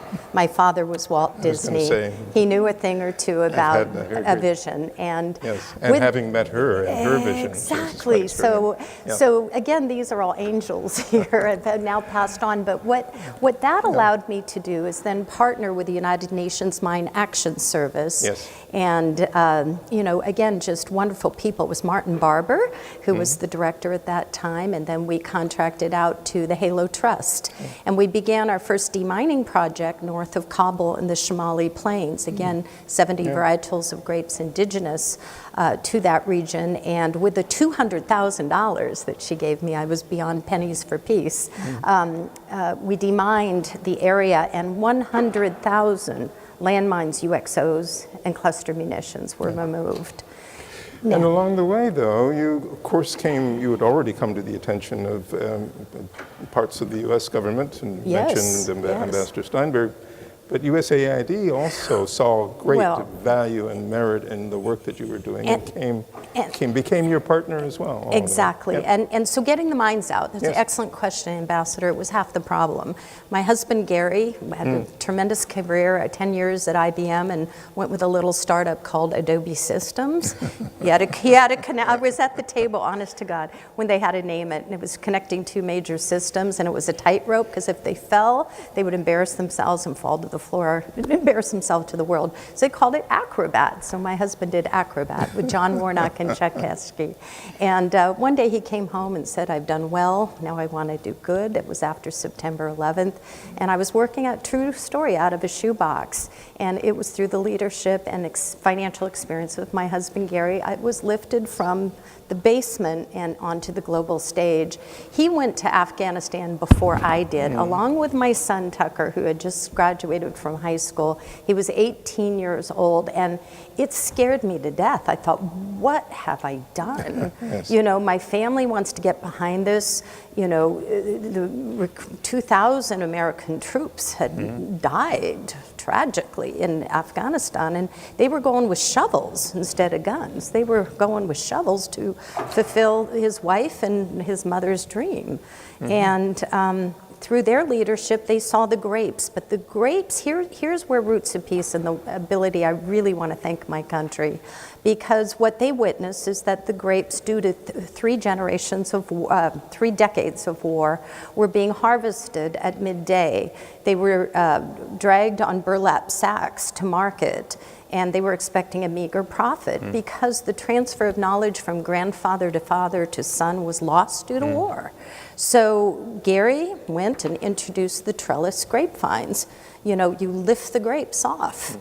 The first year of the demonstration plot, they cut all the wood down, and he went back and said, you know, what did you do this for? You know, here's the Americans, right, coming over, and they said, you know, this was the coldest winter on record. We needed the wood for our fire. So he went back, and Ambassador Ashraf Ghani, right there, right, was with the embassy. Raise your hand, and you know this story very well. Now the ambassador, Afghan ambassador to India. Thank you for being here, and thank you for supporting us. But with those grapes, they introduced the cement grapes, and that took off in all 34 provinces. So USAID in 2002 generously gave Roots of Peace $6 million. We partnered with Comonix, and it was called the RAMP program, Rural Afghan Development Program. And then it was so successful with the trellis vineyards that the CHAMP program was born in 2008. And I believe those in USAID here, it's been the longest consecutively run program in the history of USAID, as I was told.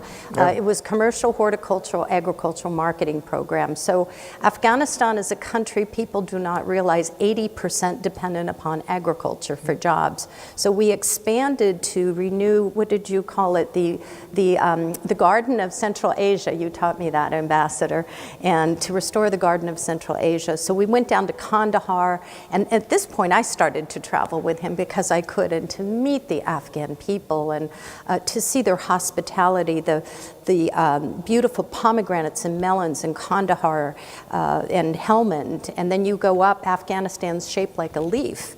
You go to Ghazni, Wardak, Logar, apples, apricots, almonds, cherries in Badakhshan, beautiful saffron in Herat, and of course the grapes. And so we, over the past, with the investment of USAID, USDA, DOD, European Union, Asian Development Bank, and the World Bank, we planted 8 million fruit trees in Afghanistan. And took agricultural exports from 2014 after a Taliban attack, which again, I wondered whether this is even possible anymore. But, you know, I thought of the children, and it's all about the children and the mothers who have to feed their children. We took ag exports, which averaged for about a decade, from $250 million in 2014 to over $1.4 billion by 2020, before the regime change. So peace through agriculture is our battle cry. The reason we were able to improve or greatly accelerate the exports was because, again, people were afraid to come, the buyers were afraid, of course, to come to Afghanistan. So we brought, Roots of Peace brought the Afghan traders to meet the buyers at Gulf Food, which is the largest food exhibition in Dubai. It was like a match made in heaven. They used to call them the Kabuliwalas. And the best fruits were reconnected, but this wasn't poor little India anymore. So the buyers from Reliance and Big Bazaar, major supermarket chains, did the deals. And we introduced the cold storage refrigeration, which in Hamid Karzai International Airport started the air corridor. So corrugated boxes, again, beautiful refrigeration, and we were able to just really restore the agricultural bounty of Afghanistan. And I just would like to say today that I'm so proud that Roots of Peace, despite the regime change, is still working there. I wanted to come to that because the U.S. Institute of Peace was very actively involved in Afghanistan for many, many years. We went through the trauma of bringing back to the U.S. our 52 staff members, as well as 350 members of their families, and hundreds of more who we were able to assist in the evacuation. But your Roots of Peace has managed to stay engaged. Tell us how that has been possible, and what's your sense of how well, that was a terrible, how this is impacting terrible the people who are still benefiting from Terrible, your terrible day and terrible month of August 2021. We had to fly over to get our team out in Istanbul, and again with my husband Gary, and you know, we were approached by people who knew we were there, let's just say that. Yes, indeed. And at the dinner table where I was invited and dressed appropriately, not knowing if what they were going to do to a woman CEO at the time, they said, Mrs. Kuhn, we don't look at you as a woman. We look at you as a mother who's feeding our children. You have full permission to work in our country. And I think you know, we of course have our own judgments about regimes, but we have to get beyond the flag that's flying and look at humans. The panels had said that we have to go back to the altruistic spirit of America and think about the children of the earth that deserve to be fed. A beautiful story, because we still employ women. I talked to our team at 4 a.m. this morning who are watching online, so hello to the Afghan women.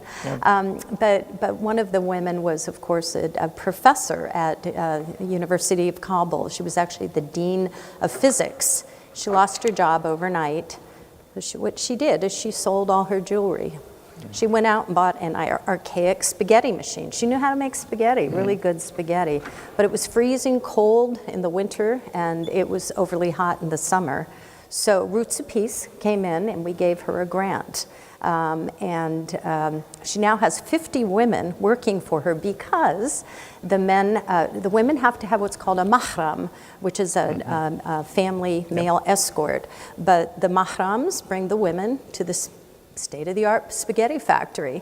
The women work, but they come home with delicious spaghetti on the table for dinner.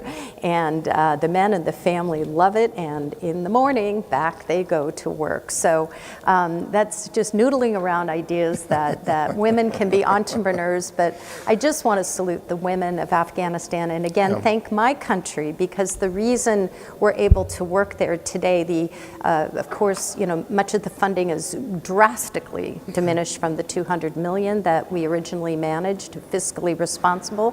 We're down to 5.5 million, but I do want to thank my country, the U.S. Department of State, INL, International Narcotics and Law Enforcement, and we're partnering with UNDP, and it's called the CBARD program. So we've been able to do this, continue to do it, and just finished an incredible harvest of hope. And it gives me joy that the fruit trees are going to come back every single year. And that is sustainable peace. It's not, you know, with bombs coming from the top. I think, you know, peace from the bottom up.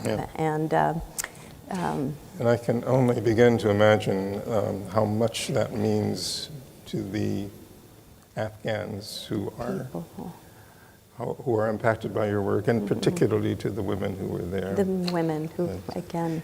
Which is something we are continuing to try to do as well. Thank you so much at this incredible Institute of Peace. Honey, there's so much to talk about, but I wonder if we could turn to another country where you've been very, very, very, very instrumental, and it's sort of a place where, in a way, our paths crossed, because as Ken referenced, back in 1968, we both found our way to Vietnam. I wound up in central Vietnam and working in Da Nang and covering all of what was then called I-Corps up to the DMZ. And we know at the time the DMZ that separated North and South was perhaps the most heavily mined stretch of territory in the world. Yes. And yet you chose to work there. Yes. Can you tell us about? Go ahead. You've gone from I from walked Croatia, the minefields of the world. Not your ordinary to housewife. Afghanistan, and that wasn't challenging enough, so you chose to go to Vietnam. I did, because you know, we all come from somewhere, and the what defined my generation in the 1970s was the Vietnam War. I graduated in 1979 in political economics of industrial societies at Cal Berkeley, and you know, whether you fought in the Vietnam War, your cousins died in the Vietnam War, or you protested, it was part of our DNA. And as I learned about the mines, I learned also that 80% of Quang Tri Province, the former DMZ, remained mined. Yep. And conversely, the best black pepper in the world comes from this particular region. Much like fine wines, the soil and it's conducive to the best black pepper. So mines to pepper vines, mines to vines seems like another excellent idea. Mentioned this at the Global Philanthropy Forum and the Skoll, I mean, the Skoll Award for Social Entrepreneurship. And somebody wrote a check for $450. They said it was from somebody, it was anonymous, somebody whose brother died in the Vietnam War. And they said, go do this, please.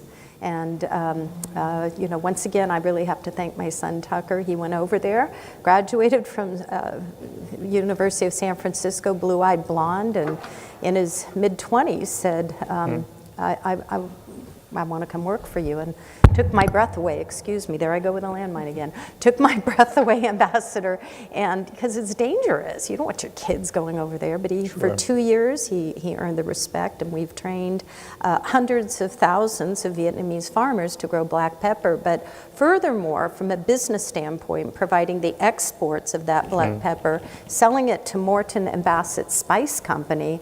And as you do your holiday baking, please go to any Safeway store or Whole Foods, but you'll see with the black pepper and the saffron, if you turn it around, the Roots of Peace logo is on each bottle because a percentage of the proceeds goes back to the farmers. So it's a business model for peace: demine, replant, rebuild, and peace through agriculture is our battle cry. Indeed. So, yet another country. I have to go back to Angola, in part because it's very much in the news today. Yes, it is. But Angola is another place where, as it happens, we walked a similar path. In 1993, Don Steinberg, who was with us, I was the newly anointed Assistant Secretary for Africa. And I was dispatched to Angola to normalize our relations, which of course had been disrupted, if you will, by the years of civil war. Don was our ambassador at the time. Together we traveled to Wambo. Yes, yes. And while we were there, we together walked a pathway through a recently cleared minefield. Something I know that you have done as well. So tell us a bit about how your journey took you to Angola, and as I recall, you actually recently I did. called attention again to this. 20 years ago, I too was there, and the State Department had funded a Roots of Peace program there in 2004. And I went to Huambo, Quando Cabango, which is down below, and I was partnering with the Conservation Corps International. And what I learned there, it was not only the impact on the agriculture and humans, but it was the impact on the animals. And along the beautiful Chobe River, the giant, beautiful footsteps of the elephant lived with man for centuries, right? Since the beginning of time. But when the landmines were laid there, the very sensitivity of the paws of the elephants sensed there was thunder in the ground. So what happens with animals? They no longer do those ancient migration routes. They remained, without the migration. What they did then was infringe upon the food sources of the local villagers. What did the local villagers do but shoot the animals? So again, the whole cycle, we have to look not in silos anymore. We have to look at the full ramifications of war. And again, my strong feelings in watching what's going on in this world today, where in Ukraine, 30% of Ukraine is now mined, holding a country that was the breadbasket of Europe. That land is held hostage from agricultural production. As Ambassador Quinn said, 2075, the victims, the children and great-great-grandchildren will suffer the consequences of those seeds of hatred that we planted today. And again, for me, no judgment. Who puts them in, let's just get them out. So I suited up with 60 of the bravest women, and they were from MAG, the Mines Advisory Group. I think one of the representatives was here today. Yep. And we suited up on International Women's Day, March 8th. And we went out, I flew into Luanda, the capital, and then, 4 hours into Luena. And we suited up and detonated those mines. And the, ABC 7 News did the story and asked the women deminers, why do you do such a dangerous job? And they looked at the women, quite frankly, and said, if we don't do it, who will? Our children kick soccer balls out of bounds. We either have to pick up the dead body or take care of the child indefinitely. And I'm sorry to cut to the chase on all this, but this is a really serious, what we have done to the Mother Earth that feeds us. Let's just pull way back from the politics. This is the soil and soul that we are violating by planting seeds of hatred, not only in the soil, but in the soul of humanity. And that hatred continues to manifest. And I think having, from there at the end of this past fall, I was invited to the World Agroforestry Center as a keynote speaker and connected with Ambassador Gertrude Ngote and Kenyan ambassador to UNEP. And we're committed now as two women. We wrote our op-ed for World Food Day together to plant 15 billion trees in Kenya by 2032 because, again, every landmine out, every fruit tree planted feeds future generations. But think about this, every fruit tree planted is going to sequester the carbon that's going to fight climate change. So last month, Ambassador, I was invited by you, thank you so much, to be a keynote speaker at COP29. And again, why talk about landmines? Why talk about agriculture? This is about climate. And I drove 3 hours from the beautiful Baku Stadium to Karaba, where I've been there 4 times. And in your beautiful country, unbeknownst to the Western press, since November 2020, 1.5 million landmines were laid in this beautiful area. Karaba means black garden, and that was for the beautiful purple grapes. And Karaba today is a black garden because of the landmines. So, I tend to make audacious calls to action, but minds to vines. If I had a dream, it would be by next year at COP29, we come together as a world, all of those countries who came, all of the wealthy oil companies, join us. We're not only going to demine with ANAMA, because Roots of Peace doesn't do demining, but please allow Roots of Peace, my son Tucker will go over, and we're going to plant peace like never before and hold that up with President Lula, who is the president, also a fellow laureate of the World Food Prize, and he will be host of the of COP30. So let's show what World Food Prize laureates can do. Let's just not talk peace through agriculture. I mean, I'm a Berkeley girl. Peace and love have never been more important than they are now, but let's ground it. And again, my beautiful wise granny McNear, who always taught me, not only from mines to vines, but may they beat their swords into plowshares and their spears into pruning hooks, so that nation shall not lift up sword against nation, neither shall they learn war anymore. Thank you so much for that. Can we do this? Can we do this, Ambassador? Can I hear? Well, Put you on the spot.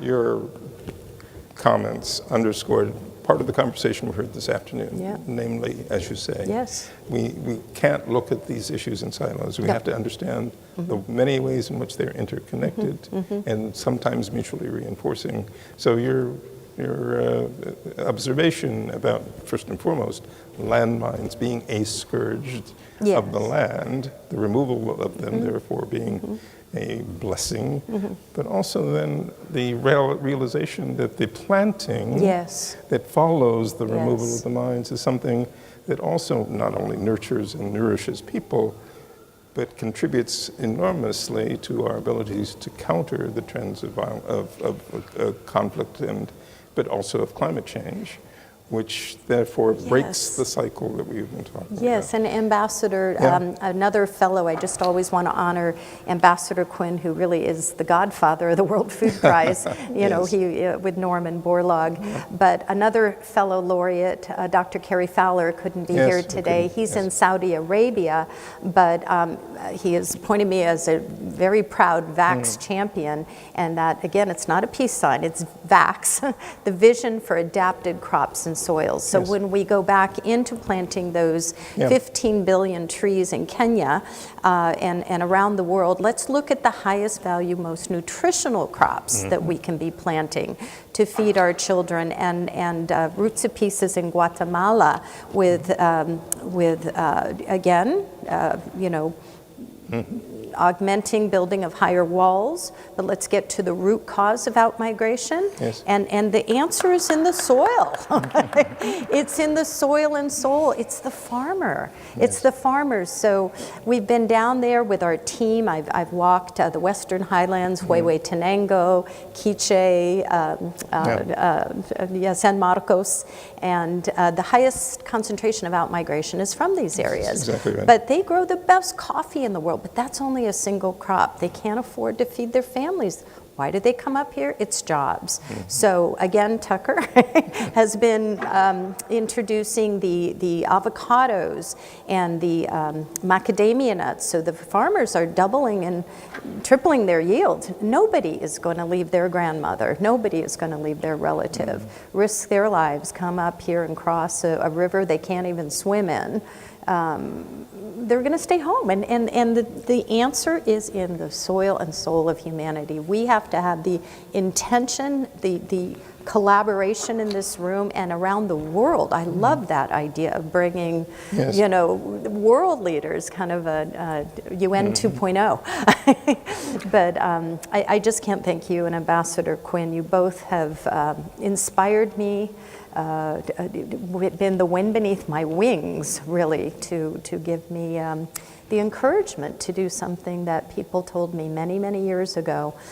You're just a Marin County mom. How could you do this? So I'm just so proud of my son Tucker. He's the new CEO, my new boss, and passing that on to the next generation. And this is America, and we're going to have a new president, but this is the country I love, and we are, peace through agriculture, I think, can bring us all together as human beings and be the higher good, higher angels that we were called to be.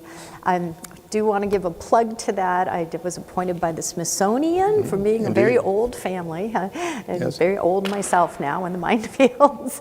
But I'm very honored to be the chairperson for the 250th birthday of America, which will be 2026, and that also coincides with the year of the United Nations Woman Farmer. So I hope we'll be partnering down the street. We will be partnering, and we have already begun that conversation. We have with your brilliance. We will be contributing to that celebration. Terra firma. This is the soil. Go outside and just think when you go out, how lucky we are. We don't have to worry where our car is parked, or we can walk with our children and grandchildren. We don't have to worry about landmines. Landmines to me is it's just ground zero for world peace. And 110 million landmines today in 60 countries. And the stories of the women that I've spoken to in Ukraine who said, thank you so much for talking about this. Our husbands, our fathers, our brothers are on the front line of war.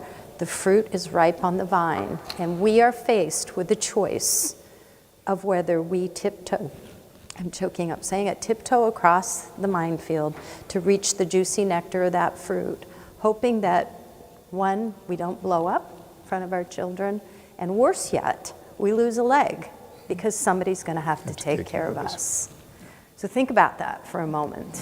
Think about how grateful we are during the season of peace on earth. So Heidi, I just can't thank you enough for your vision and your inspiration. You are the inspiration for this event today, without question. And it is, we both hope, we know that this was not the end of a conversation. This is the beginning of a conversation. And I take us back to where I started this morning, the firm belief that I know we share, that this is very much part of an American vision. This is, this is ground on which we as a country can stand firmly, and where we have much to contribute by virtue of our own inspiration and experience. And so that's why we wanted to call attention to this, and I think in this particular moment, this is a moment for us to understand the issues around which we can unite. And I think surely this is one. We know this because the programs that have supported your work, the programs that have supported American generosity in terms of assistance to food assistance around the world, all of those programs are deeply rooted in bipartisan support in our Congress and across our country. Critical. And so one of the reasons we wanted to co-host this event with you was just to call attention to that and to begin a longer conversation about how we can, number one, build on the knowledge that we have acquired over the years about how to do this work. And you know that word, you know that better than many. How to do this work and how we can do it better. And how do we garner the support we know is necessary in order to make it possible. So we just wanted to thank you so much. Thank you, dear Ambassador. Thank you, and Ambassador Quinn, Ambassador of Azerbaijan. And my thanks to all of you for hanging with us all afternoon. And I know that we will hear you again. Thank you all. Thank you. Aw, you did it. Thank you all so much. And now I would like to invite you to mount the stairs, and we will have a little bit of a libation and a celebration. Yeah, the Napa Valley Vintners haven't given up on us. So Maria Castellucci Napa Valley, finest wines have been donated. Please join us upstairs in a Minds to Minds Global Toast sampling them. So thank you. Thank you. Thank you, dear Ambassador.